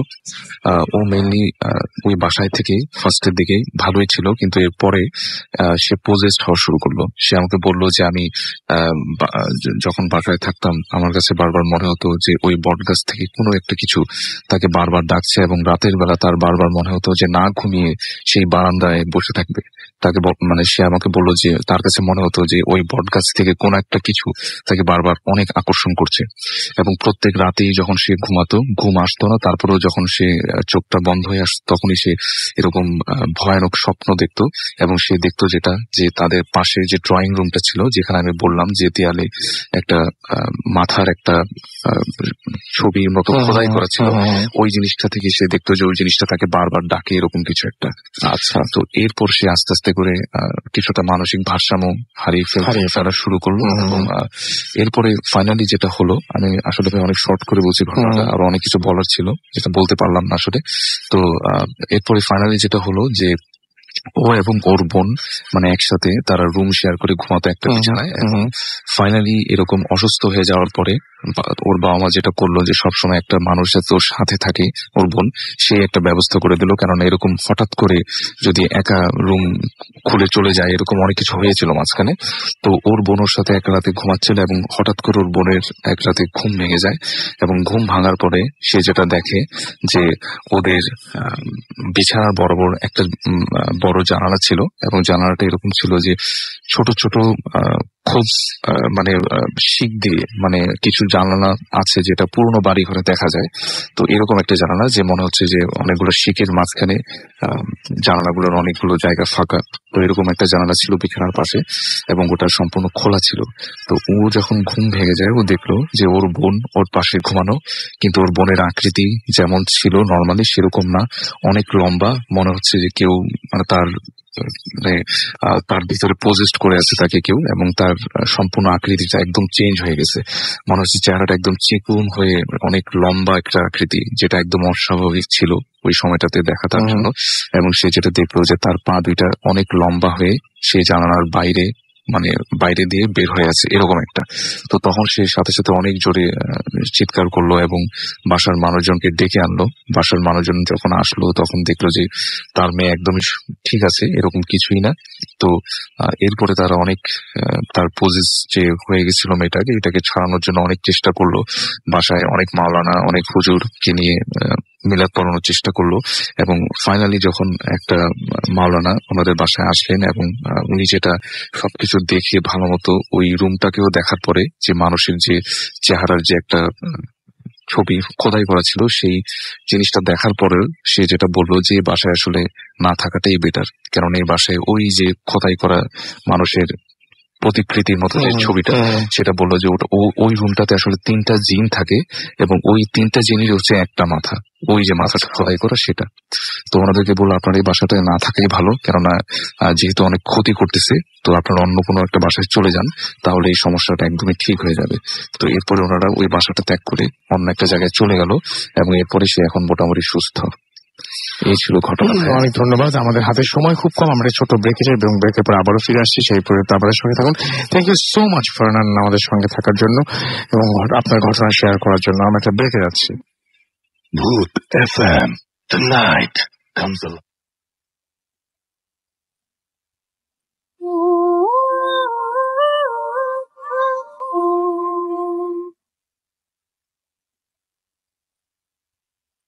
Yes, the night comes alive with গ্রামীণ ফোন। শুনছেন সবসময় বেরিপুর 8.2 FM। আমি রাসেল আসির সাথে, আমার সাথে রয়েছে মাসুম ভাই এবং আজকের অতিথিরা। আপনাদের সবাইকে আরো একবার স্বাগত জানাচ্ছি এবং সেই সাথে পরিচয় করে দিচ্ছি আমাদের নতুন অতিথির সাথে। তিনি এসেছেন চট্টগ্রাম থেকে, নাম বলবো না, সরাসরি ঘটনায় যাবে। ধন্যবাদ রাসেল ভাই, সবাইকে ঈদ মোবারক। সময় স্বল্পতার কারণে আমি আমার ঘটনায় চলে যাচ্ছি। ঘটনাটা আসলে আমার সাথে আমি অনেকগুলো ঘটনা এনেছি, যেহেতু সময় কম তাই একটু তাড়াতাড়ি বলে নিচ্ছি। আজকে বলবেন কিন্তু আপনি রেগুলার ঢাকা আসছেন এবং আপনাকে আমরা আবারও চাই, সুতরাং সমস্যা নাই। আজকে একটা বলেন, এরপর যদি সময় পান তাহলে আবার আসবেন, আবার শুনবো, কোনো সমস্যা নেই। ঠিক আছে রাসেল ভাই। ঘটনাটা আসলে শুরু হয় 2010 সালে। জি। একদিন রেডিও ফুর্তিতে মানে ভূত এফএমটা শুনে, রেডিও সাফার করতে যে আমি ভূত এফএমটা শুনি, শোনার পর আমার প্রতিবেশীদের সাথে শেয়ার করি। তো শেয়ার করার পর ওরা আমাকে বলে যে আমাদের ওখানে যেহেতু আমি নতুন ভাড়াটিয়া এসেছিলাম ওই বিল্ডিং এ, তো প্রতিবেশীরা বলে যে এই বিল্ডিং এর ছাদের একটা রুম আছে যেটা ডিসের কন্ট্রোল রুম হিসেবে ইউজ করে। তো ওই রুমে নাকি প্যারানর্মাল এরকম ঘটনা ঘটে। আচ্ছা। তো কেউ থাকে না রাতে। তো ওই ডিসের কন্ট্রোল রুমের সাথে আমার কোনো কারণে পরিচয় হওয়ার পর ওরা চাবিটা আমাকে দেয়। তো ভূত এফএম এটা শোনার পর সবাইকে যখন বলি, তারা আগ্রহ করে এবং আমাকে চ্যালেঞ্জ ছুড়ে দেয় যে আমি যেন রাতে ওখানে থাকি। আচ্ছা। তো আমিও চ্যালেঞ্জটা নিই, খুব এক্সাইটেড। নেওয়ার পর আমি রাতের 12টা বাজে বাসে কাউকে না বলে ওখানে চলে যাই। যাওয়ার পর রাতের তখন শুরুতে কিছু হয়নি, বাট কিছু সময় যাওয়ার পর আমি দেখি যে ছাদে একটা আওয়াজ হইতেছে, কেউ যেন দৌড়াদৌড়ি করতেছে। তো আমি রুমটা খুলে ছাদে যাই, দেখি যে আমার চারপাশে দৌড়াদৌড়ির একটা সাউন্ড পাইতেছিলাম। তো এটা ফলো করার পরে আমি খুব ভয় পাই, ওখানে কিছু ঘটনা ঘটে আমার সাথে যেটা আমি বলতে চাচ্ছি না। এরপর আমি তাড়াতাড়ি বাসে ব্যাক করি, বাসে চেক করে ঘুমিয়ে পড়ি। ওই দিন আর কিছু হয়নি। এরপর দিন রাত থেকে আমার সাথে কাহিনী হওয়া শুরু হলো। আচ্ছা। সেটা হচ্ছে ঠিক 3টা 15 মিনিট। ঠিক 3টা 15 মিনিট থেকে আমার ঘুম ভেঙে যায় এবং আমার ফোনে কোনো নেটওয়ার্ক থাকে না। আচ্ছা। প্রথম দিন গেল আমি খুব ভালোভাবে নিই। এর পরের দিনে 3টা 15 মিনিট আমার ঘুম ভেঙে যায়, আমার ফোনে নেটওয়ার্ক নেই। তৃতীয় দিন আমি আমার বোনের, আমার আব্বুর, আম্মুর এবং আমারটা 4টা ফোন আমার বিছানার পাশে রাখি এবং ঘুমিয়ে পড়ি। দেখি 3টা 15 মিনিট আমার ঘুম ভেঙে যায় এবং 4টা ফোনেরই নেটওয়ার্ক নেই। তো অনেকে হয়তো প্রশ্ন করবে যে আমি কেন রাত ঘুমাইছি, আবার কেন ঘুমাইলাম, বা আমি কেন ট্রাই করলাম না যে ফোনে নেটওয়ার্ক কখন আসে। হ্যাঁ, আমি ওই দিন করেছি এবং আমি ফোনটা 4টা ফোনে আমার সামনে রেখে আমি বসেছিলাম। নেটওয়ার্ক নাই। একটা সময় কিন্তু অটোমেটিক আমার ঘুম চলে আসে, মানে ইচ্ছা বা অনিচ্ছা যাই হোক ঘুম চলে আসে। তো আসার পরে অ্যাজ ইউজুয়াল সকালবেলা ঘুম থেকে উঠে দেখি ফোনের নেটওয়ার্ক ওকে। তারপর থেকে আরেকটা কি বলে ঘটনা হয়, সেটা হচ্ছে যে আমার বিছানাটা জানলার পাশে। তো রাতে 3টা 15 মিনিটে যখন আমার ঘুম ভাঙে, তখন ঘুম ভাঙেটা অন্য কারণে। সেটা হচ্ছে জানলা দিয়ে কেউ টোকা মারে, ফিমেল ভয়েস আমাকে বলে যে ক্রিকেট খেলতে। আসলে আমার বাসাটা হচ্ছে 3তলায় এবং আমার আমার বিছানাটা জানলার পাশে। ওখানে কোনো ভেন্টিলেটর নাই, কেউ দাঁড়াতে পারবে তাও কোনো সিস্টেম নাই। তা আমাকে ক্রিকেট খেলতে ডাকে। ছাদে আমরা অবশ্যই ক্রিকেট খেলতাম। তো আমি জবাব দিতাম, যে করে হোক কোনো সাউন্ড করতাম, বাট রিপ্লে আসতো না। এটা আমি আমার এক ফুফাকে বলি। ফুফা আবার অনেক বড় মাওলানা ছিল।